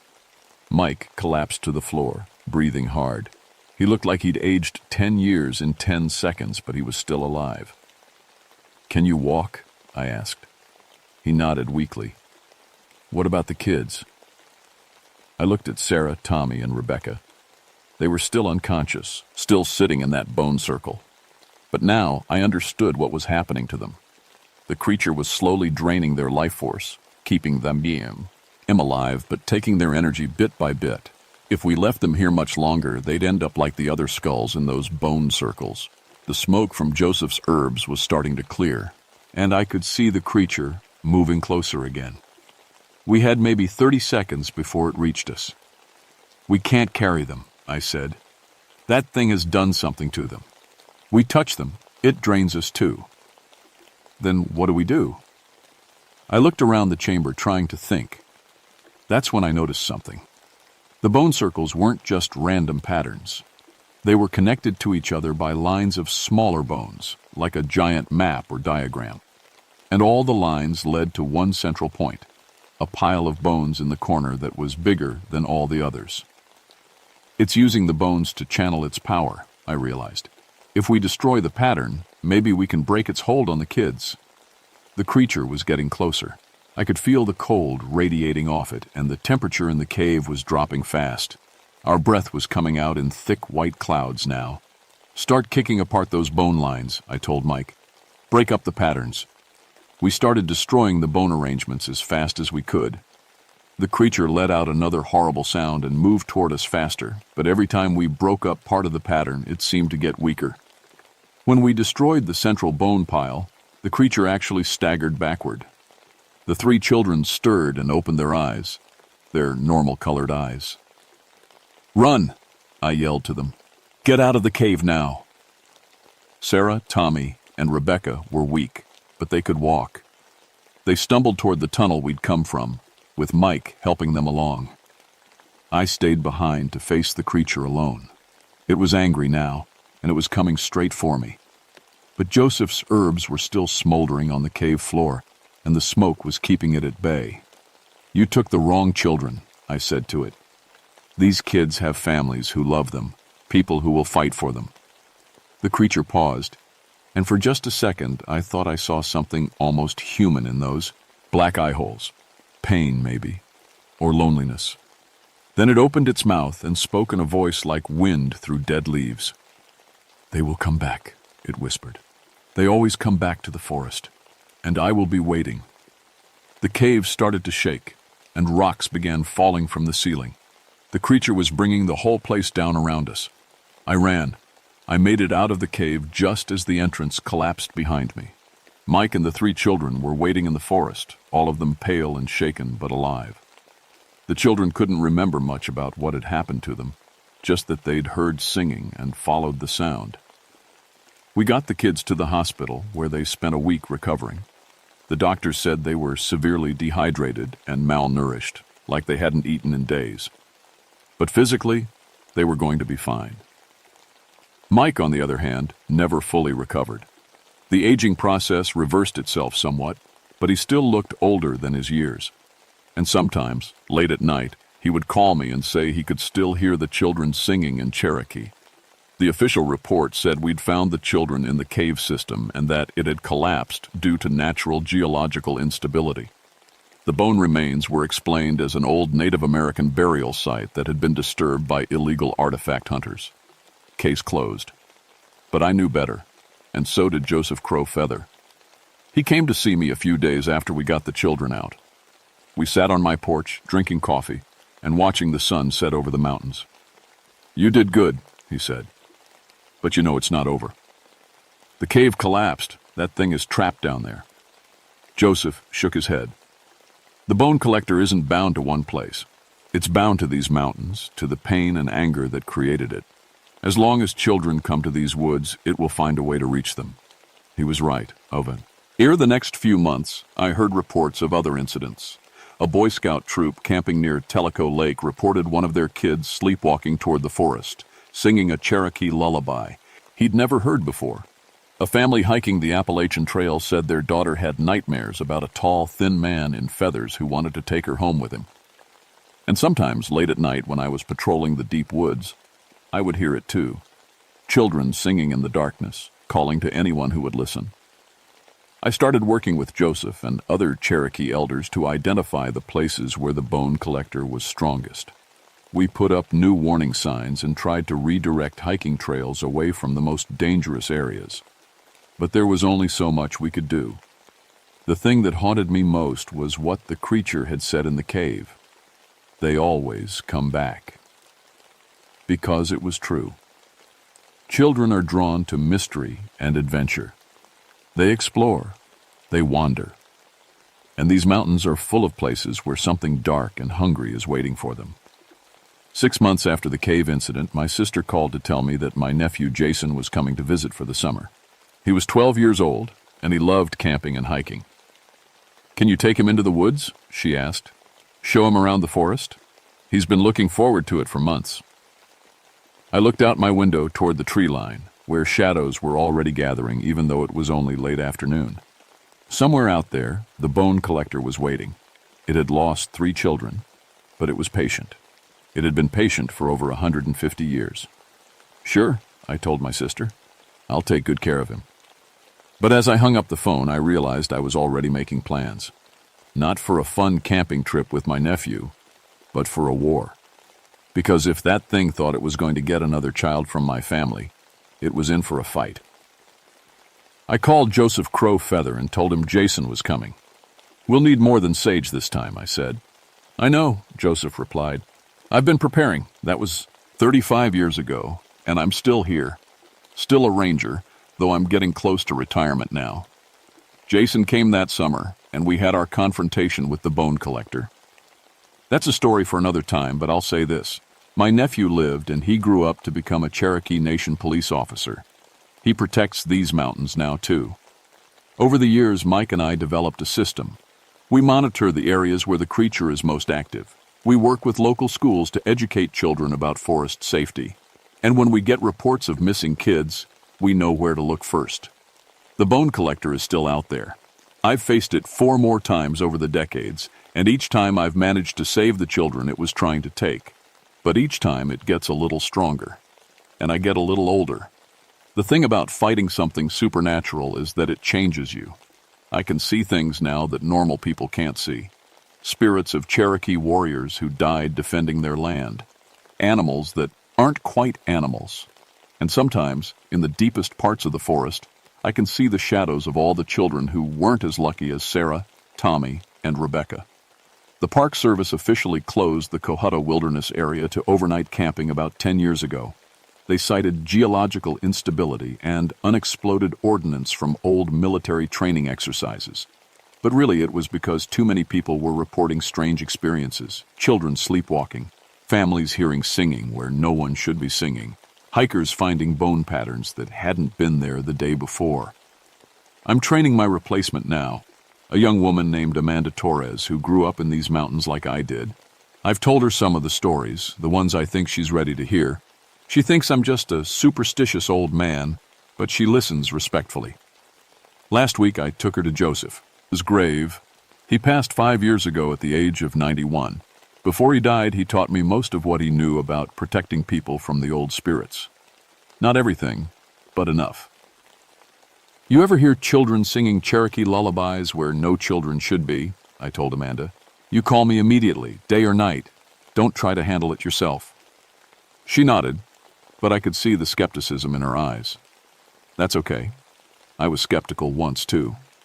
But here's what I want people to know. Cherokee National Forest is still one of the most beautiful places on Earth. Families should come here. Children should explore and learn and fall in love with nature. Just be smart about it. Stay on marked trails. Don't wander off alone. And if you hear singing in the woods where no one should be singing, Don't follow the sound. Come visit our mountains. Bring your kids. But remember that some parts of the wilderness are older and stranger than we like to admit. The Cherokee people have been trying to warn us about these things for generations. We should listen. Sometimes, late at night when I'm sitting on my porch, I still hear the bone collector calling to children who might be listening. The sound drifts through the trees like wind, like an old song that won't end. But I'm still here, still watching, still fighting when I have to. And as long as there are children in these woods, I always will be. If you're ever hiking in Cherokee National Forest and you hear children singing where no children should be, remember this story. Don't follow the sound. Turn around. Walk away. And if you can, say a prayer for all the children who didn't make it home. Some things in the deep woods should stay buried, but they don't always stay that way.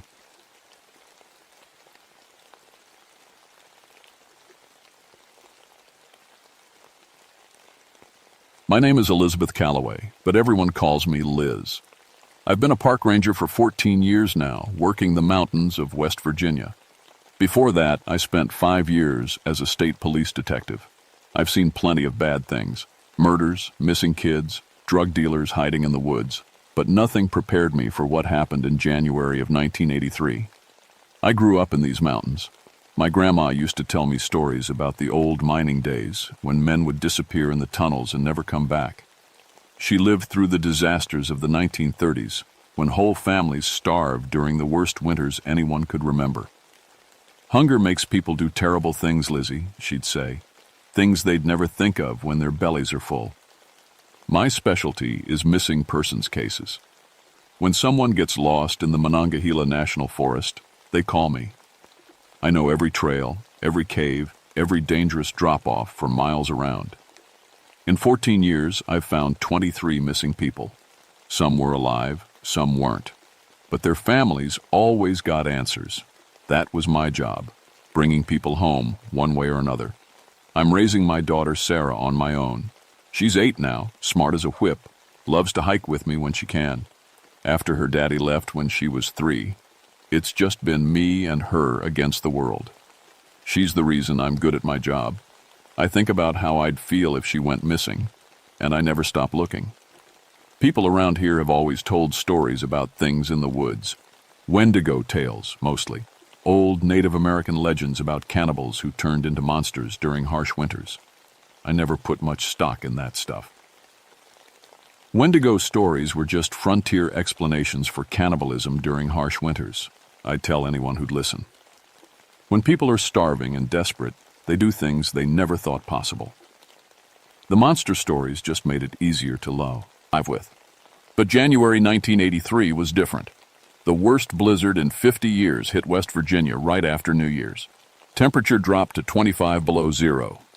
Snow piled 8 feet deep in some places. The wind never stopped howling, day or night. Roads became impassable. Even the helicopters couldn't fly in that weather. I was stationed up at Dolly Sods in the wilderness area around Roarbaugh Plains. It's high country, wind-scoured plateau with stunted spruce trees and frozen boglands. On a good day, you can see for miles. But during that blizzard, you couldn't see 10 feet in front of your face. The radio crackled with static most of the time. Atmospheric conditions made communication nearly impossible. I was essentially cut off from the outside world, stuck in a warming shelter we'd set up at the trailhead. That's when the call came in. 6 college kids from West Virginia University had gone cross-country skiing 3 days earlier. They were supposed to be back by Sunday night. It was now Wednesday morning, and their emergency beacon had activated Monday evening, then went silent. Their parents were frantic. I knew those kids were in serious trouble. In weather like this, hypothermia could kill you in hours if you weren't prepared. And even experienced winter campers could get disoriented in a whiteout. I'd seen it before, people walking in circles until they collapsed from exhaustion. But something felt wrong from the start. The area where their beacon had activated was deep in the wilderness, miles from any trail. What were college kids doing way out there, and why had the beacon stopped transmitting so suddenly? I remember standing at my window that morning watching the snow blow sideways across the parking lot. The coffee in my cup had gone cold, but I didn't notice. All I could think about were 6 young people, maybe not much older than my Sarawak, would be someday lost somewhere in that frozen wasteland. I had no idea what was waiting for me out there in the snow. I couldn't wait for backup. The storm was getting worse, and those kids had been missing too long already. I loaded my snowshoes, emergency gear, and survival supplies into my pack. The warming shelter would have to manage without me. The ski tracks were easy to follow at first, 6 sets side by side heading north toward the deep woods. These kids knew what they were doing. Their tracks were straight and confident. But after about 2 miles, something strange happened. The tracks started to split up. One set veered sharply to the left, heading toward a cliff face that dropped 200 feet. Another set went straight up a slope so steep I had to use my hands to climb it. The other 4 tracks scattered in different directions, as if the group had suddenly panicked and run. That didn't make sense. Experienced skiers don't split up in a blizzard. You stay together, no matter what. That's Survival 101. The wind was howling so loud I could barely hear myself think. My face mask kept freezing over, forcing me to stop every few minutes to scrape ice off the breathing holes. The cold was like nothing I'd ever felt. It went right through my winter gear and settled in my bones. After following the scattered tracks for an hour, I noticed something else that bothered me. There were no animal tracks anywhere. In 14 years of winter rescues, I'd always seen signs of wildlife, deer prints, rabbit tracks, even mice trails in the snow. But here, nothing. It was like every living creature had fled the area. My radio was picking up strange signals too. Instead of the usual emergency frequencies, I kept hearing old AM radio shows from the 1940s, big band music, radio dramas, news reports about World War II. The static would clear for a few minutes, letting these ghostly voices through, then fade back to white noise. I found their camp just before noon, or what was left of it. The skis and poles were arranged in a perfect circle around a frozen campfire, not dropped or scattered like you'd expect from people in a panic. Arranged, like someone had deliberately placed them there. But there were no footprints leading away from the circle. No human tracks at all. Inside the circle, the snow was stained dark red. A lot of blood, frozen solid in the cold. But no bodies. I called out, hoping someone might hear me over the wind. "Hello, Park Service? Can anyone hear me?" The wind died down for just a moment, and in that silence, I heard something that made my blood freeze. A low, hungry growling sound coming from somewhere in the trees around me. Not like any animal I'd ever heard before. It sounded almost human. "Hello?" I called again, louder this time. The growling stopped. The silence that followed was worse than the noise. I started searching in wider circles around the camp, looking for any sign of where the students had gone. That's when I found the first body. It was hanging upside down from a pine tree, about 50 yards from the camp. A young woman, maybe 19 or 20 years old. She'd been there for at least a day, frozen solid by the cold. Her face was locked in an expression of absolute terror, eyes wide open, mouth stretched in a scream that would never end. But that wasn't the worst part. The worst part was what had been done to her. Someone, or something, had torn open her throat and chest. The wounds were too big to be from any animal I knew, and the way the flesh was torn, with clean bite marks along the edges. Those were human teeth. But the jaw that made those marks would have to be impossibly large. I'd seen plenty of death in my time as a cop, but this was different. This was savage, hungry, like whatever killed her had been starving. My hands were shaking as I reached for my radio. I had to report this, had to get help up here, but all I got was static, broken by those ghostly 1940 radio shows. That's when I heard footsteps in the snow behind me. I spun around, hand on my service weapon. Nothing there, just wind-blown snow and dark trees. But I could have sworn I heard something walking just at the edge of my vision. "Who's there?" I shouted. A voice answered from somewhere in the woods, a young man's voice, terrified and pleading. "Help me, please. It took the others. I'm so cold." I started toward the voice, but stopped when I realized something was wrong. The voice was coming from 3 different directions at once, and it kept repeating the same words, exactly the same way, like a broken record. "Help me, please. It took the others. I'm so cold." That's when I knew I wasn't dealing with a normal situation. Whatever was out there in the woods, it wasn't human, and it was hunting me. I didn't sleep that night. I set up an emergency shelter near the tree line where I could watch the woods and still have an escape route. Every few hours, I'd hear that voice calling for help from different directions. Sometimes it was the young man. Sometimes it was a girl, crying for her mother. Once it sounded like a child, a voice that reminded me of my Sarah. That one nearly broke me. I actually started walking toward it before I caught myself. By morning, I'd found 2 more bodies. Both had been killed the same way. Throats torn open, chest cavity ripped apart, bite marks from human teeth. But these weren't random animal attacks. The bodies had been arranged, positioned almost like offerings, and the bone marrow had been sucked out of their arm and leg bones. Detective Ray Morrison arrived the next afternoon with Dr. Sarah Chen, an anthropologist from the State University. Ray and I had worked together back when I was on the force. He was a good cop, methodical, and smart. Dr. Chen specialized in Native American folklore and had requested to join the investigation after hearing about the unusual circumstances. "Jesus, Liz," Ray said when I showed him the bodies. "What the hell happened up here?" Dr. Chen examined the marks with a magnifying glass and measuring tape. Her face went pale as she worked. "The jaw structure would have to be at least 30% larger than a normal human's," she said quietly.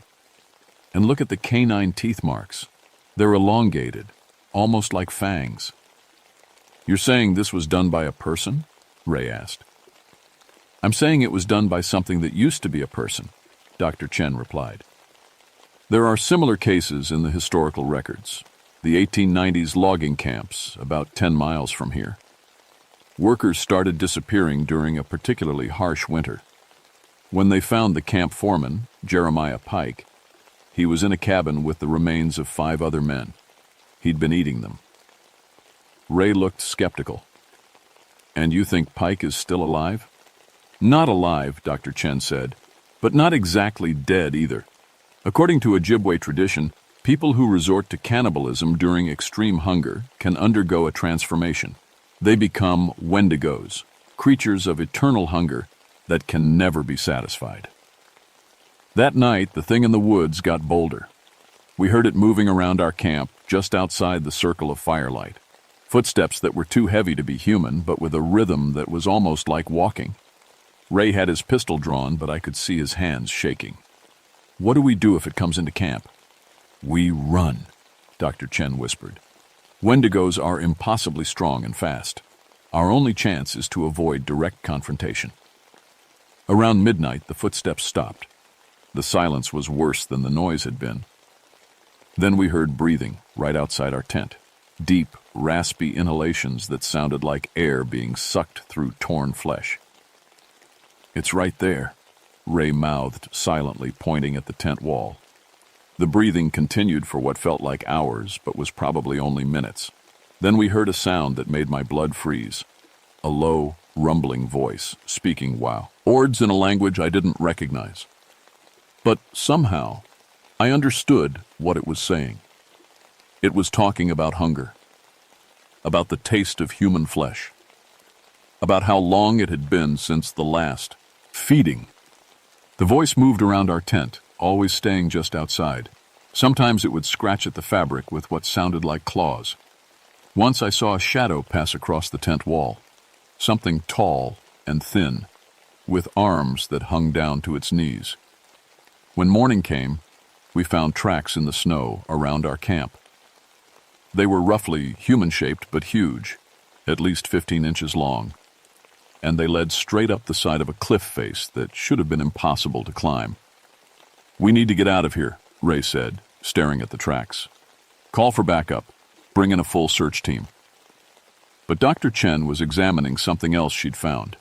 scratches in the bark of nearby trees, about 8 feet off the ground. "It's territorial marking," she said. "The Wendigo is claiming this area as its hunting ground, and based on the height of these marks, we're dealing with something at least 12 feet tall." That afternoon, Ray went missing. We were following a new set of tracks when he said he needed to check something behind a cluster of boulders. When he didn't come back after 10 minutes, Dr. Chen and I went looking for him.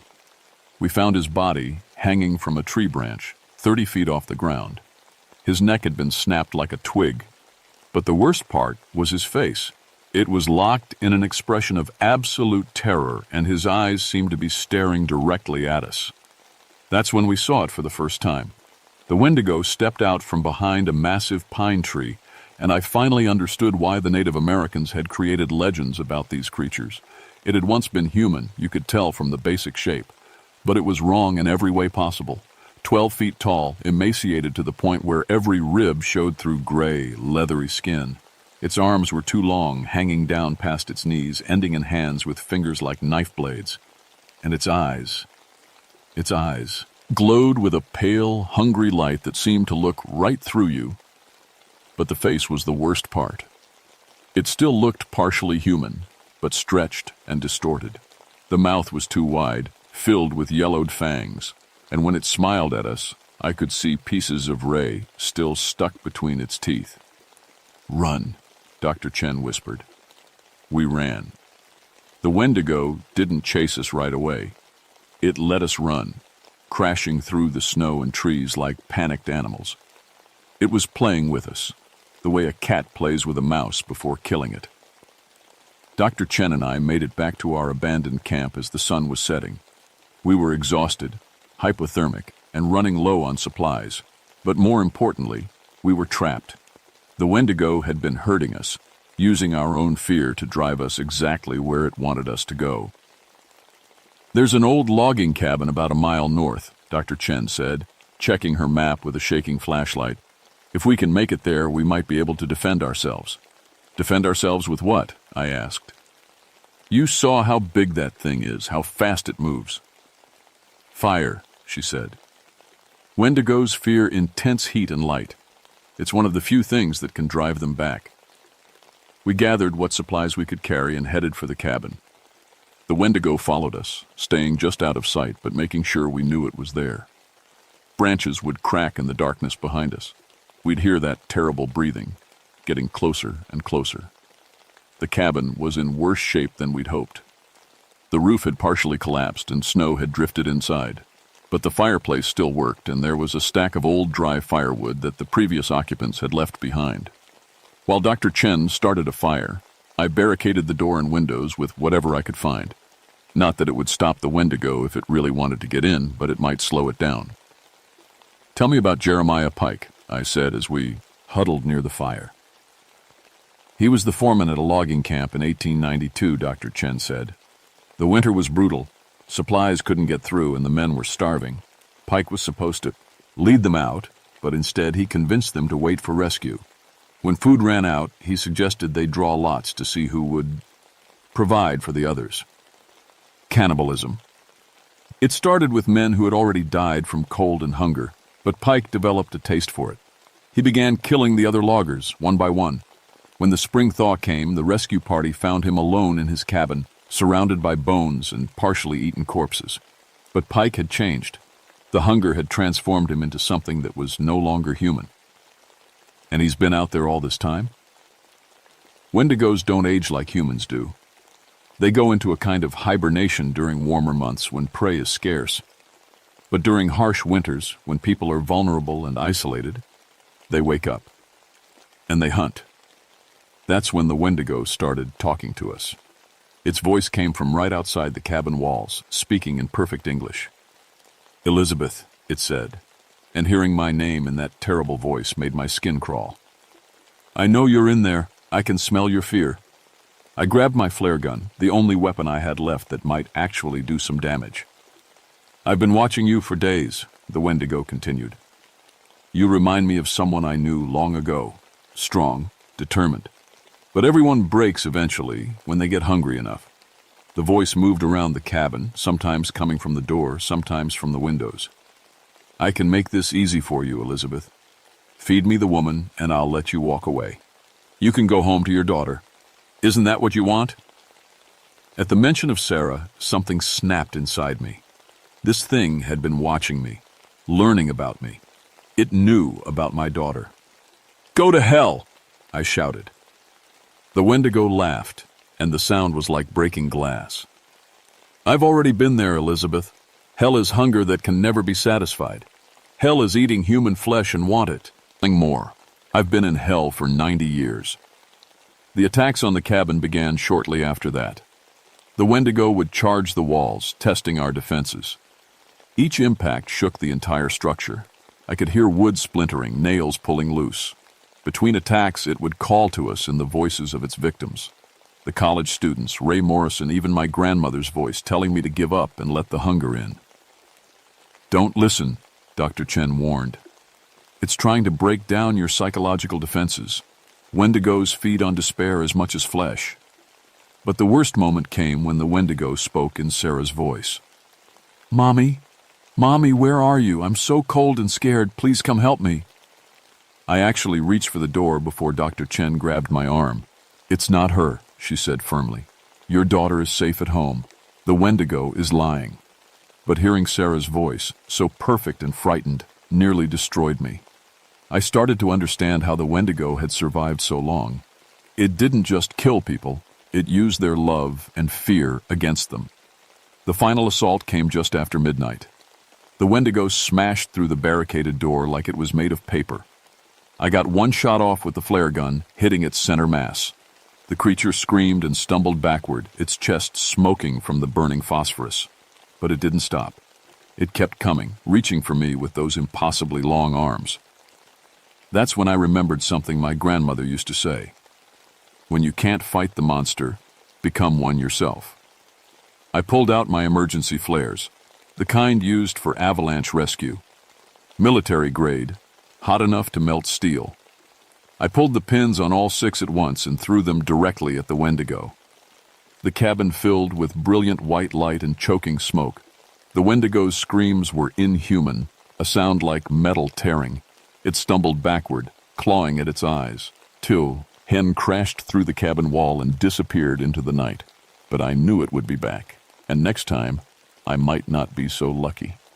Dr. Chen and I didn't wait around to see if the Wendigo would recover from the flare attack.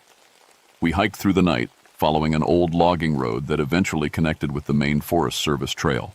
By morning, we could see the ranger station in the distance. The official report listed the incident as an animal attack, probably a bear that had been disturbed during hibernation. Ray Morrison's death was classified as an accidental fall during the rescue operation.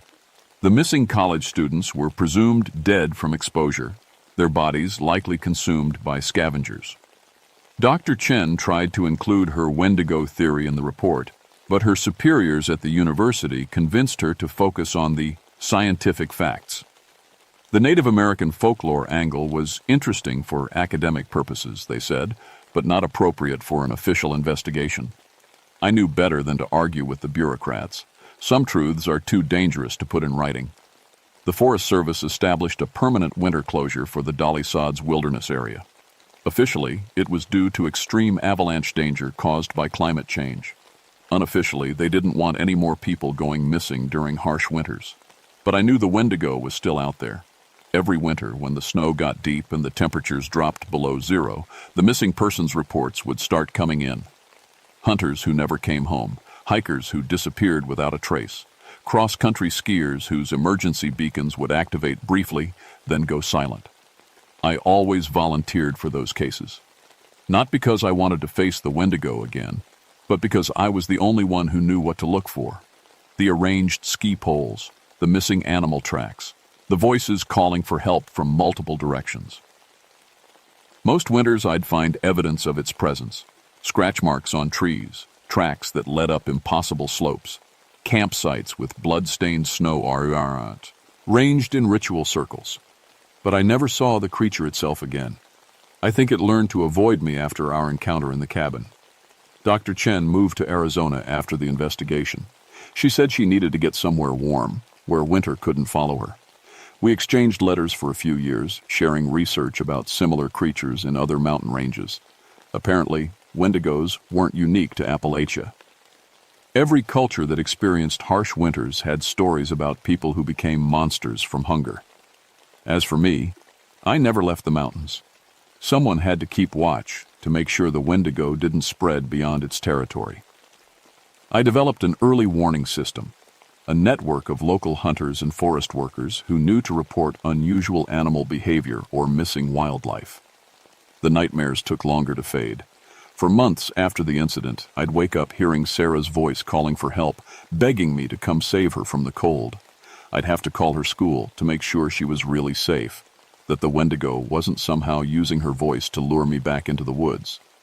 But the worst part was the hunger. Not physical hunger. Something deeper than that. Sometimes during the darkest moments of winter, I'd catch myself looking at other people and wondering what they would taste like. The Wendigo had touched something inside me, planted a seed of its eternal hunger. I never acted on those thoughts, but they were there, lurking in the back of my mind like a cancer. I started seeing a therapist in Charleston, driving down there twice a month to talk about work-related stress. I couldn't tell her the whole truth, but it helped to talk about the guilt and fear. Years passed. Sarah grew up and went to college, then moved to North Carolina for a job. She'd call me every winter, worried about me being alone in the mountains during the worst weather. I always told her I was fine, that I knew how to take care of myself. But I never stopped watching the woods. Every winter, when the snow got deep and the wind started howling through the trees, I'd think about Jeremiah Pike, alone in his cabin, slowly transforming from man to monster. I'd wonder if the hunger could be satisfied, or if it really was eternal. And sometimes, on the coldest nights, I'd stand at my window and look out at the dark forest, remembering the Wendigo's glowing eyes, and knowing that somewhere out there, it was still hunting. Some hungers, I learned, can never be satisfied. They just wait in the darkness, growing stronger with each passing winter, ready to consume anyone foolish enough to venture too far into the woods. If you ever find yourself hiking in the Appalachian Mountains during a harsh winter, remember this story. Pay attention to the warning signs, the absence of animal tracks, the voices calling for help from impossible directions, the feeling that you're being watched by hungry eyes. And whatever you do, never trust a voice that sounds like someone you love, calling to you from the dark woods. Because some things in this world are always hungry, and they know exactly how to use your love against you. The Wendigo is still out there, waiting, watching, hunting, and winter always comes again.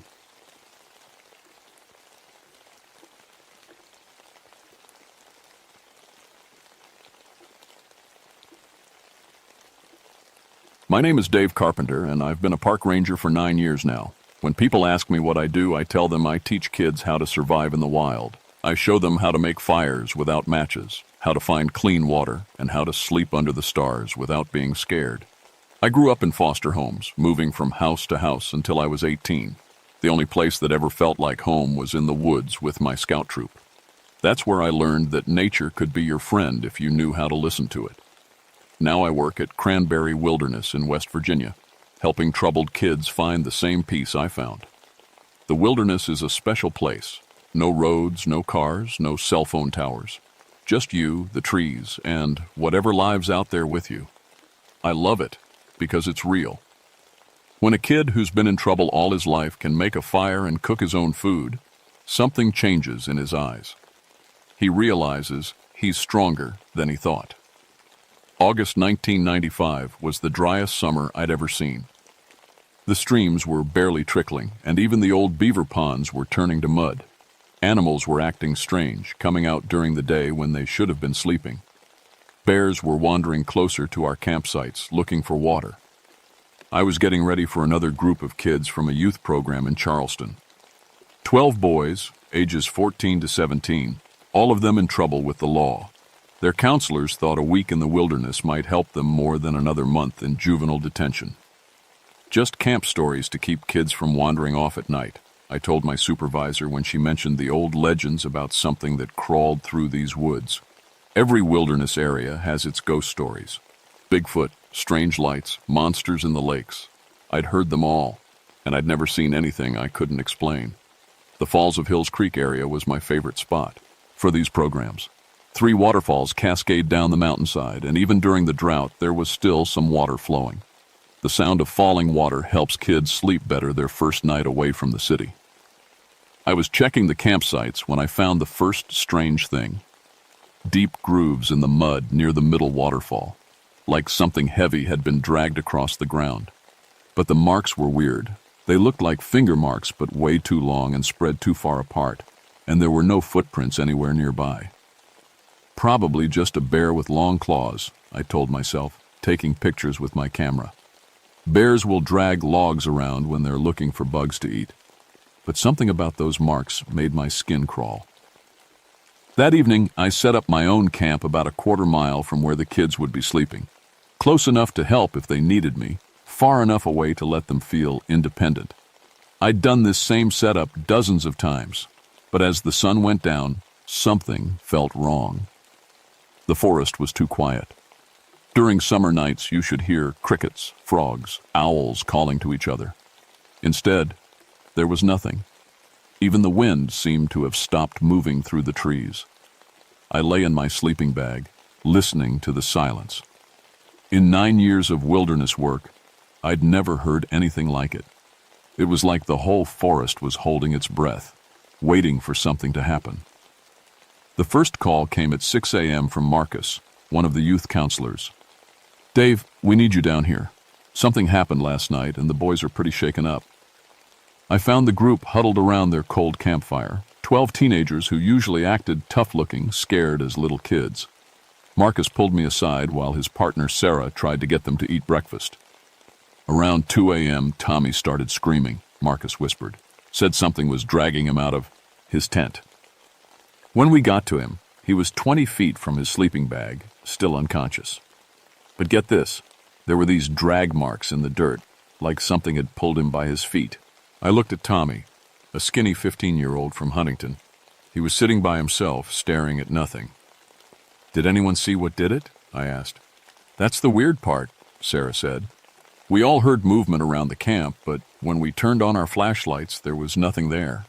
Just Tommy lying in the dirt like he'd sleepwalked, except his eyes were wide open and he wouldn't respond to us for almost 10 minutes. I checked the drag marks. They were similar to what I'd found by the waterfall, but these were clearly made by something pulling a human body. The strange part was how the marks just stopped, like whatever did it had picked Tommy up and carried him the rest of the way. "Let me talk to him," I said. Tommy looked up when I sat beside him. His eyes were bloodshot and confused. "I wasn't sleepwalking," he said quietly. "Something grabbed my ankles and started pulling me. I couldn't move, couldn't scream.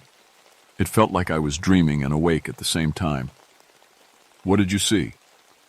"Long arms, really long, like they could stretch across the whole campsite. And it moved wrong, like it was crawling, but way too fast." He shuddered. It smelled like wet dirt and old leaves. I spent the morning looking for tracks, but the ground was too dry and hard to show much. Whatever had moved through the camp was smart enough to avoid the soft spots where it might leave clear prints. By noon, I was ready to chalk it up to sleepwalking and group hysteria until I found Tommy's water bottle. It was hanging 15 feet up in a tree, tied there with strips of bark. No human could have climbed that smooth trunk, and why would they? That afternoon, I called John Whitehorse, a Cherokee consultant who sometimes helped with our cultural programs. If there were old stories about this area, he would know them.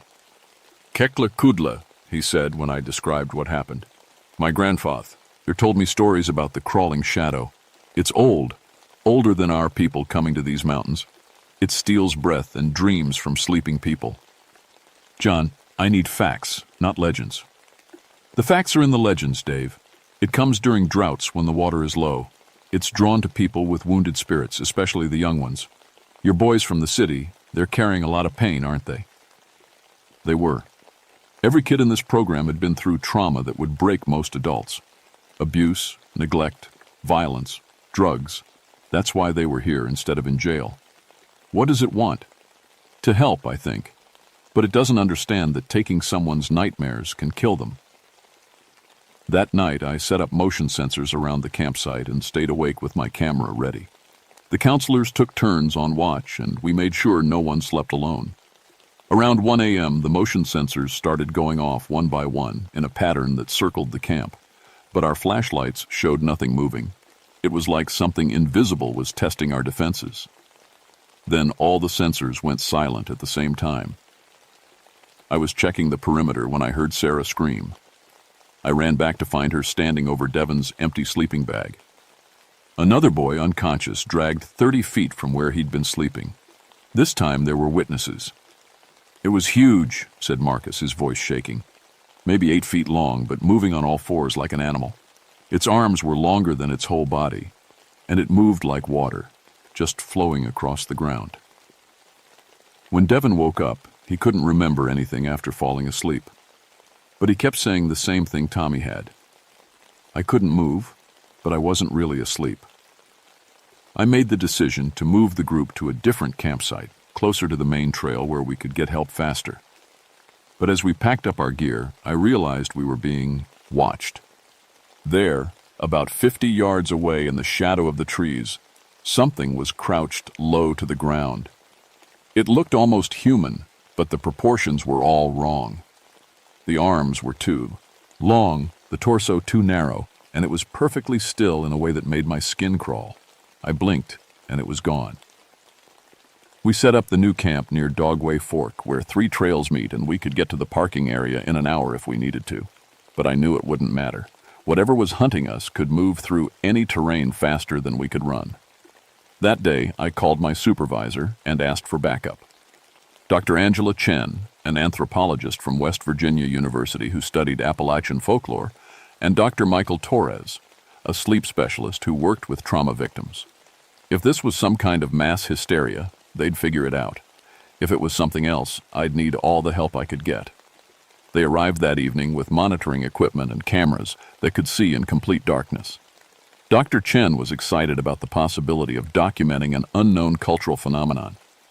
Dr. Torres was convinced we were dealing with a rare form of group sleep disorder triggered by the isolation and stress. I wasn't convinced of anything anymore. The boys were getting worse. During the day, they seemed normal, learning wilderness skills and even laughing sometimes. But as soon as the sun started going down, they'd all huddle together, scared to close their eyes. "It's in our dreams," Tommy told me. "Even when we're awake, we can see it moving around the edges, waiting for us to fall asleep." Dr. Torres hooked up his monitoring equipment to measure brain waves while the boys slept. What he found didn't make any sense. "Their brain patterns show they're in deep sleep, but their eyes are tracking movement," he said, staring at his computer screen. "It's like they're awake and asleep at the same time, watching something we can't see." On the third night, it took Marcus.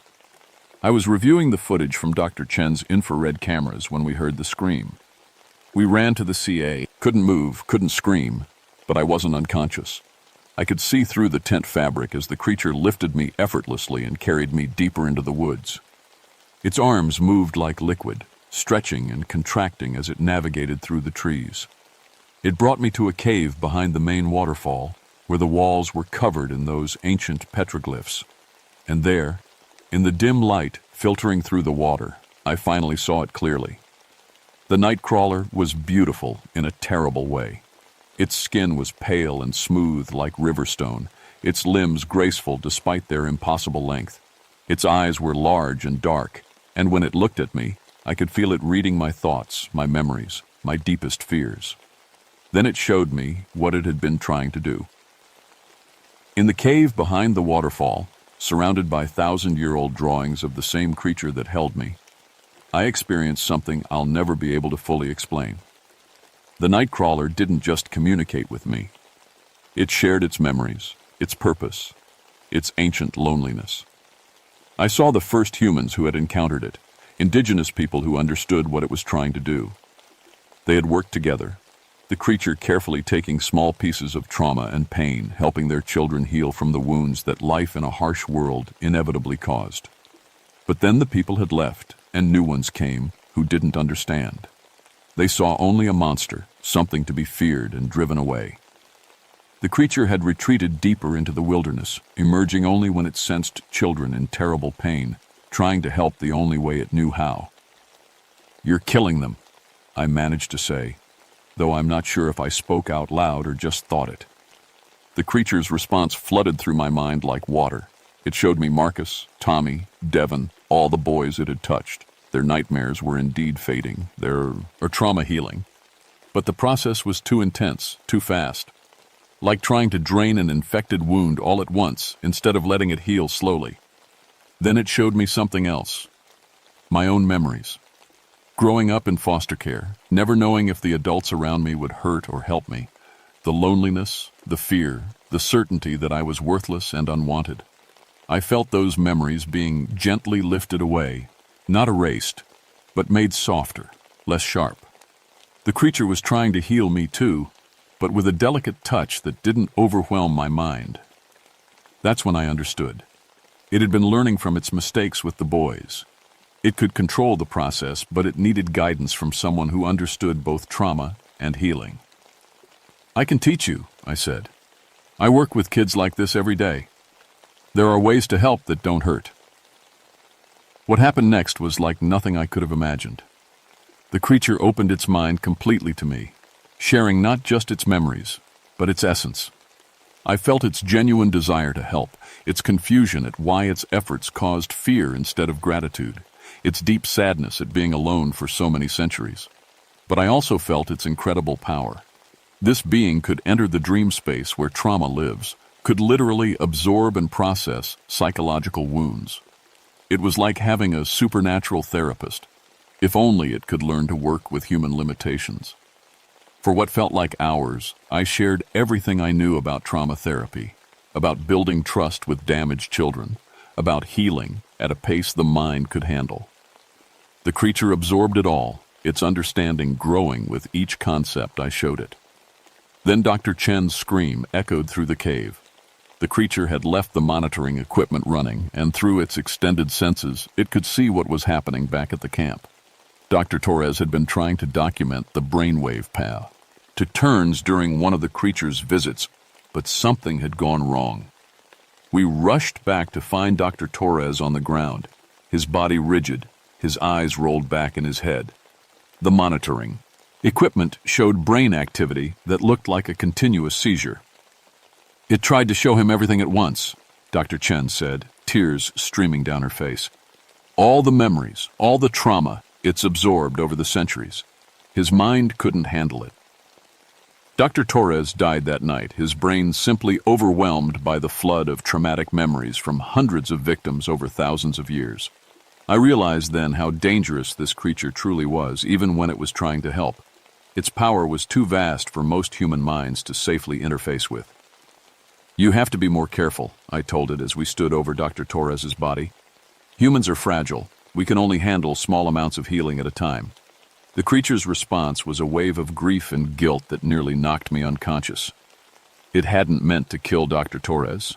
It had been excited to finally communicate with someone who might understand its scientific nature, and it had shared too much, too quickly. But there was something else in its emotion. A new understanding. It was learning that healing, real healing, required patience, trust, and careful attention to the person being helped. Over the next 2 days, I watched it work with the boys using the techniques I had shared with it. Instead of forcefully draining their nightmares, it would sit at the edge of their dreams, gently drawing out small pieces of trauma and processing them slowly. The results were remarkable. The boys were sleeping peacefully for the first time in years. Their aggressive behavior softened. They started talking about their feelings instead of acting them out. But I also knew this couldn't continue the way it was. The creature needed boundaries, rules, a way to help without accidentally destroying the people it was trying to heal. 6 months later, I submitted my report to the National Park Service. Officially, Dr. Torres died of a rare brain aneurysm, probably brought on by the stress of working in extreme wilderness conditions. The boys from the youth program showed remarkable improvement in their psychological evaluations, attributed to the therapeutic effects of wilderness immersion. Unofficially, things changed in ways I'm still trying to understand.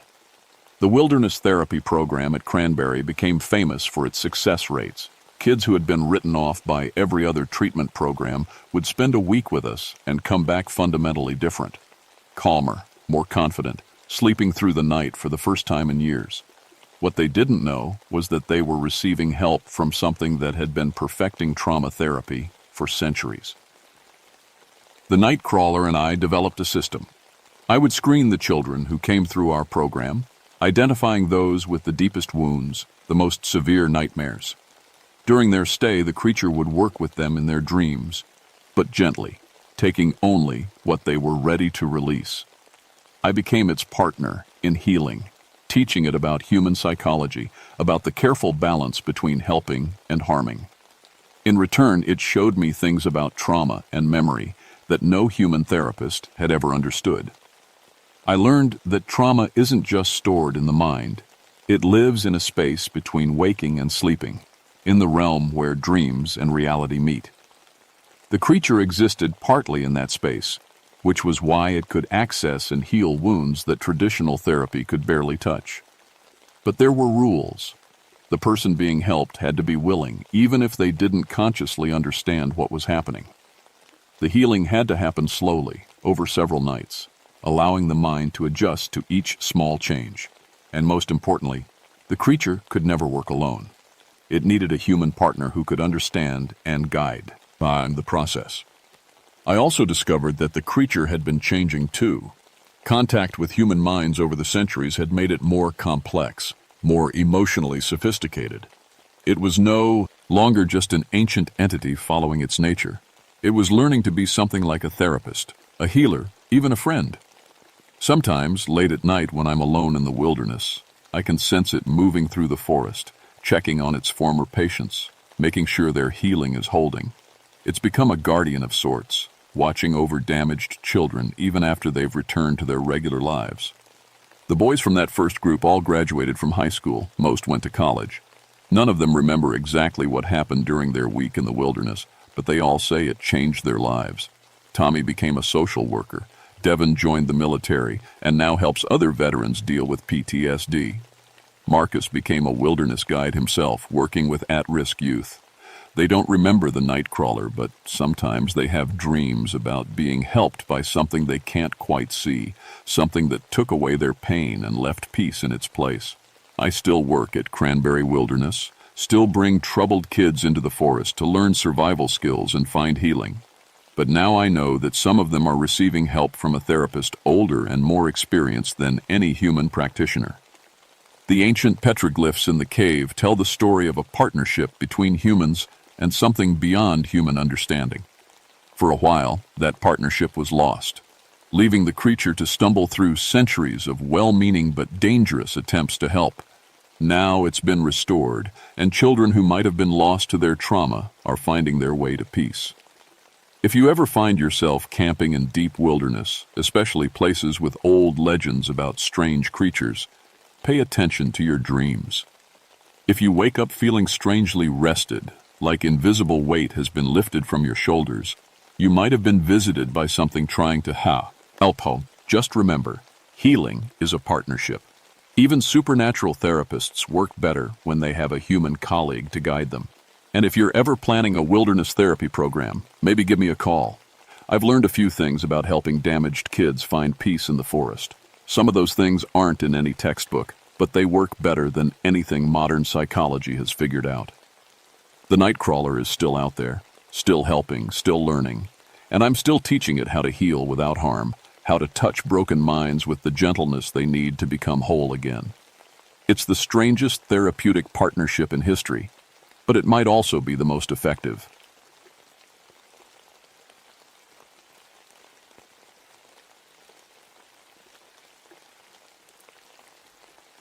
My name is Michael Stonecrow, but everyone just calls me Mike. I've been a park ranger at Pine Mountain State Resort Park in Kentucky for 16 years now. Before that, I was a medic in the Gulf War. Saw things there that made me want to find some peace in the mountains. I'm part Cherokee on my mother's side, though I'll admit I didn't pay much attention to that growing up. My specialty here at the park is emergency medical response. When someone gets hurt bad in the backcountry, they call me. I've pulled people off cliffs, treated heart attacks on remote trails, and coordinated more helicopter rescues than I can count.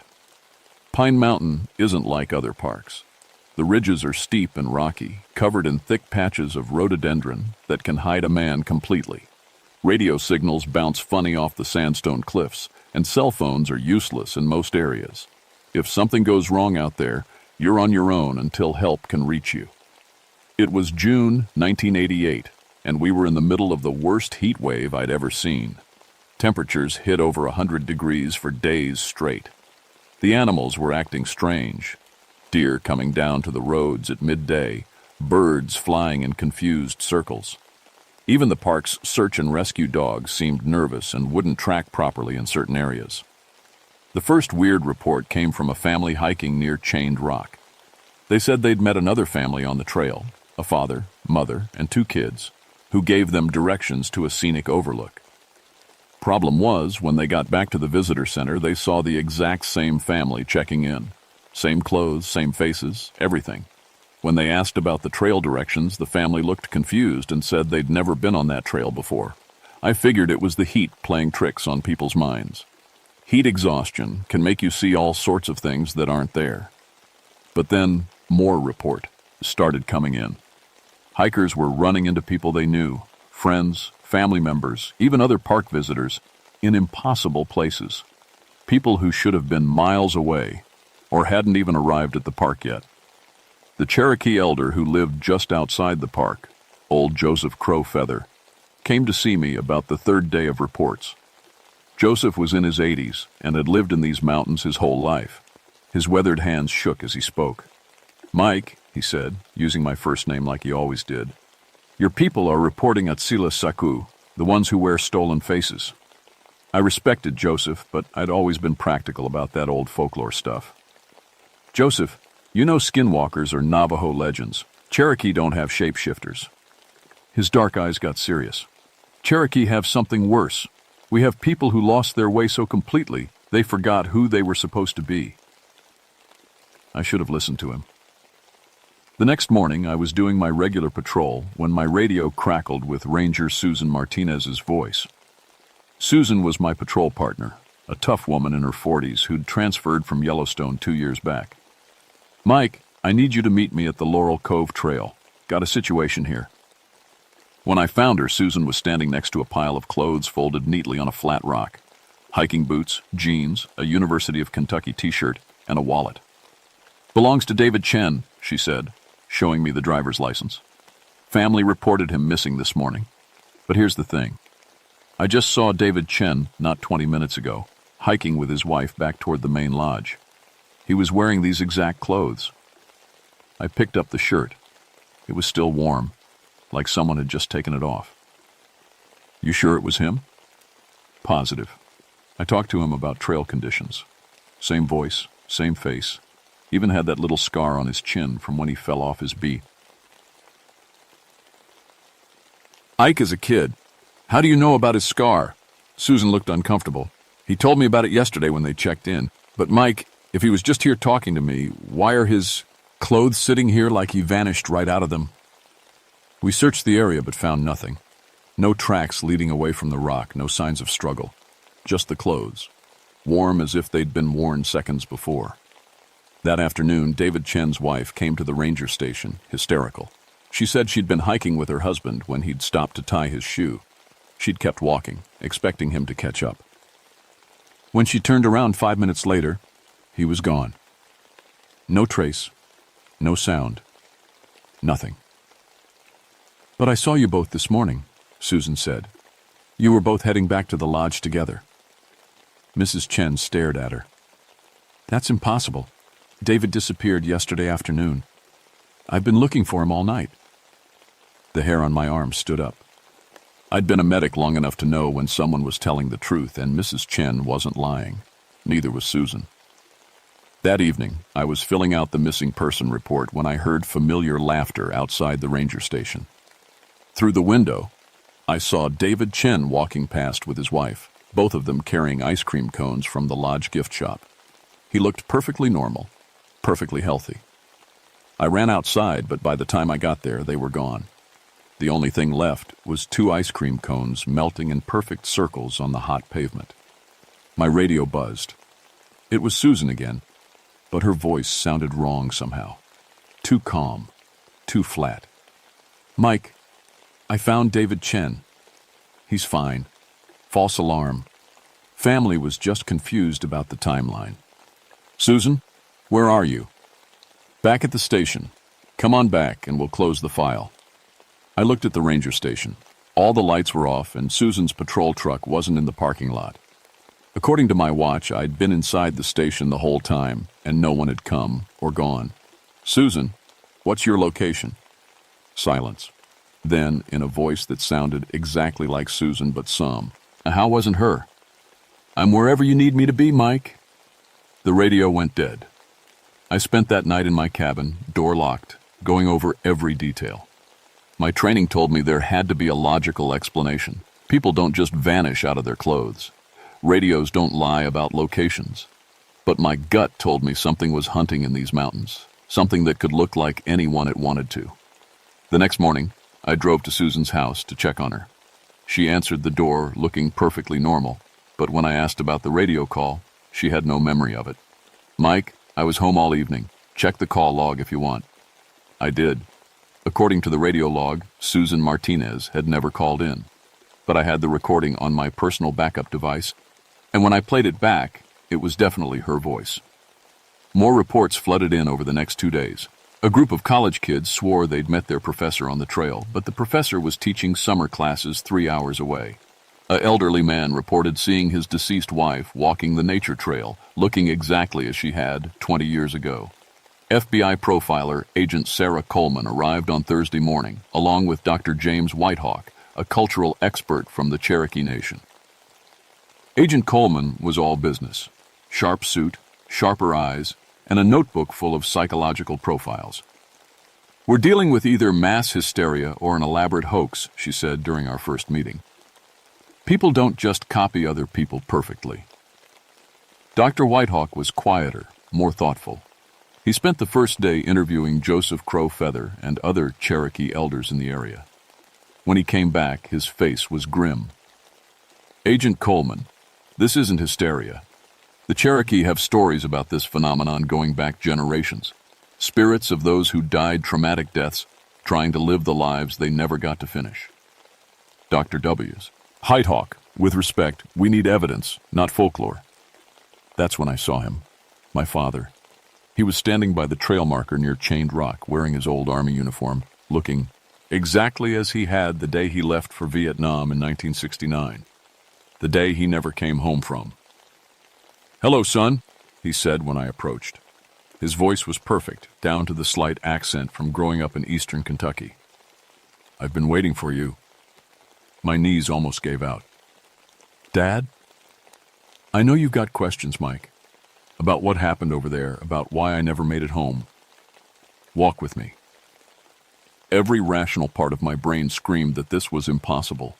My father had been dead for 19 years, but he looked so real, so solid, even smelled like Old Spice aftershave, just like I remembered. We walked for maybe 10 minutes, him telling me stories I'd never heard about his childhood, about meeting my mother, about how proud he was of what I'd become. Stories that felt true, that felt like things only my father would know. Then he said something that stopped me cold. "You know, Mike, I never really liked that Cherokee stuff your mother was always talking about. All that spiritual nonsense just gets in the way of living a real life." My father had been the one who encouraged me to learn about my Cherokee heritage. He'd taken me to powwows, taught me to respect the old ways. He would never have said those words. I looked at him more carefully. The uniform was perfect, but it was too clean. No wear marks, no fading. His face was right, but his eyes were empty, like looking at a photograph instead of a person. "You're not my father." The thing wearing my father's face smiled, and for just a second, I saw something else underneath. Something hungry and lost and desperate. "I could be, it said. I could be your father, your mother, your best friend, anyone you want me to be, anyone you need. I ran. When I got back to the ranger station, Agent Coleman was waiting with Dr. Whitehawk and Susan. But as soon as I saw Susan, I knew something was wrong. She was standing too straight, too still. When she looked at me, she didn't blink. Mike, she said in Susan's voice, we need to talk about what you saw out there. What's my middle name, Susan? She paused, just a fraction too long. Michael. That's my first name. What's my middle name? The thing wearing Susan's face tilted its head slightly. Does it matter?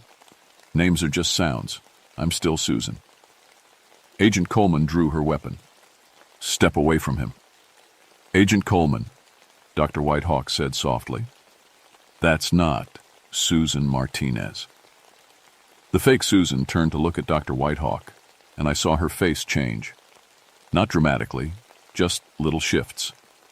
The nose became slightly different, the eyes a shade darker. She was becoming someone else. Dr. Whitehawk, she said, now in a voice I didn't recognize. You understand, don't you? We just want to live. We just want to feel what it's like to be alive. I understand, he said gently. But not like this. Not by stealing. The thing that had been Susan let out a sound that was part sob, part scream. Then it was gone, leaving behind an empty set of ranger clothes and the smell of pine smoke. My radio crackled. Susan's real voice came through, frightened and confused. Mike, where am I? I was in my house and now I'm naked in the woods near Devil's Canyon. What's happening to me? We found the real Susan 3 miles from the ranger station, wrapped in an emergency blanket and shaking from shock. She had no memory of the past 3 days. Dr. Whitehawk examined her and said she was suffering from what the Cherokee called spirit drain. Something had been slowly stealing pieces of her life force. They're not just copying people, Dr. Whitehawk explained as we set up camp that night. They're actually taking over, bit by bit. The longer they wear someone's face, the more they absorb that person's essence. Eventually, the original person fades away completely. Agent Coleman was scanning the tree line with night vision goggles. So we're dealing with some kind of psychic vampires? Worse. We're dealing with the spirits of Cherokee who died during the forced removal in the 1830s. They were torn from their homes, their families, their entire way of life. Many died on the march west, but some spirits got trapped here, in the place they were stolen from. Joseph Crow Feather had joined us, despite being over 80 years old. They died incomplete, he said. Never got to live the lives they were meant to have. Never got to see their children grow up. Never got to grow old with their loved ones. So they try to steal those experiences from others. But why now? I asked. Why after all these years? The heat wave, Dr. Whitehawk said. It stirred up the spiritual energy in these mountains, made the barrier between the living and the dead thinner. That's when I saw myself. He was standing at the edge of our campfire light, wearing my exact uniform, my face, even the small scar on my hand from a childhood accident. But his eyes held something mine never had, a deep, endless sadness. Hello, Mike, he said in my voice. I've been wearing you for a while now, learning how to be you. Agent Coleman raised her weapon, but the other me just smiled sadly. You can't shoot me without shooting him. We're connected now. I've been taking little pieces of Mike's life every day. His memories, his feelings, his connections to other people. Soon there won't be enough of the original left to matter. I could feel it now, like something cold spreading through my chest. Memories that felt fuzzy around the edges. Emotions that seemed muted. I was fading, and this thing was filling up with everything that made me who I was. Why me? I asked. Because you're strong. Because you help people. Because you have something we never got to have. A purpose. A life that matters. The other me stepped closer. I died when I was 16, Mike. Died cold and hungry and scared on a trail leading away from everything I loved. I never jits. To become a man, never got to help people, never got to matter. I understood then. This wasn't evil. Not really. It was grief so deep it had outlasted death itself. But you're killing me to do it. I'm completing us both. Joseph Crow Feather stepped forward, his weathered hands holding a bundle of sage and sweetgrass. Young one, he said to my double, your pain is real, but this path leads only to more death. You cannot heal a wound by inflicting it on others. The other me turned, and for a moment, I saw through his stolen face to what lay beneath. A young Cherokee boy, eyes full of loss and longing, still wearing the clothes he'd died in over 150 years ago. Grandfather, the spirit said, using the respectful term, I just want to live. You are living, Joseph replied, but not in the way you were meant to. Come, let me help you find your true path. Joseph began to sing, a low Cherokee morning song that seemed to echo off the mountain walls. The other me started to fade around the edges, becoming translucent. I don't want to go, he whispered. I don't want to be alone again. You won't be alone, Joseph promised. Your people are waiting. The ones who crossed over before you, the ones who found peace. They've been calling for you. The spirit looked at me one last time. Will you remember me, Mike? Will you remember that I was here? I felt the cold leaving my chest, my memories becoming clear again. I'll remember. He smiled. My smile, but somehow different, peaceful. Thank you. The spirit dissolved like morning mist, and I felt whole again. We spent the next week documenting everything and helping the other victims recover. Agent Coleman's official report classified the incident as mass hysteria brought on by environmental stressors. But I know she believed what really happened. Dr. Whitehawk worked with Joseph Crow Feather to perform proper mourning ceremonies for the trapped spirits. They found 17 locations where Cherokee had died during the forced removal, all within the park boundaries, all unmarked, all forgotten, until now. Susan recovered fully, though she still gets nervous when she sees her own reflection sometimes. The Chen family was found safe. David had been wandering the mountains in a daze for days, with no memory of where he'd been. I requested a meeting with the park superintendent and the Cherokee Nation leadership. Within 6 months, we had established a Cherokee memorial garden at the park, with a plaque listing the names of those who died during the removal. It seemed like the least we could do, but I still see them sometimes, out of the corner of my eye. Not stealing faces anymore, just watching, making sure they're not forgotten again. People ask me how I can tell the difference now between what's real and what might be a spirit wearing a stolen face. It's simple, really. The copies can look perfect, sound perfect, even act perfect for a while. But they can't fake the connections that make us who we are. The love, the loss, the memories that shape us into individuals. Identity isn't just what you look like or sound like. It's the scars you carry, the people who shaped you, the choices you've made that nobody else knows about. It's the weight of your own history, both good and bad. I've learned to honor my Cherokee heritage more in the years since. I work with Dr. Whitehawk now on cultural preservation projects, and I visit Joseph Crow Feather regularly to learn the old stories. Because the dead deserve to be remembered properly, not to have to steal life from the living, just to feel like they mattered. Pine Mountain is quiet now mostly, but sometimes when the mist rises from the valleys in the early morning, I can still hear them singing. Not the hungry, desperate song of the trapped spirits, but the peaceful song of those who have found their way home. And I sing with them sometimes, because they were here first, and their stories deserve to be told. Here's when people start looking like someone else entirely. Remember this: the face you see might not be the person you think you know, but underneath every stolen identity is a story of loss that goes deeper than death itself. The skin thieves of Pine Mountain taught me that we're all just trying to figure out who we really are, and some of us need help finding our way home.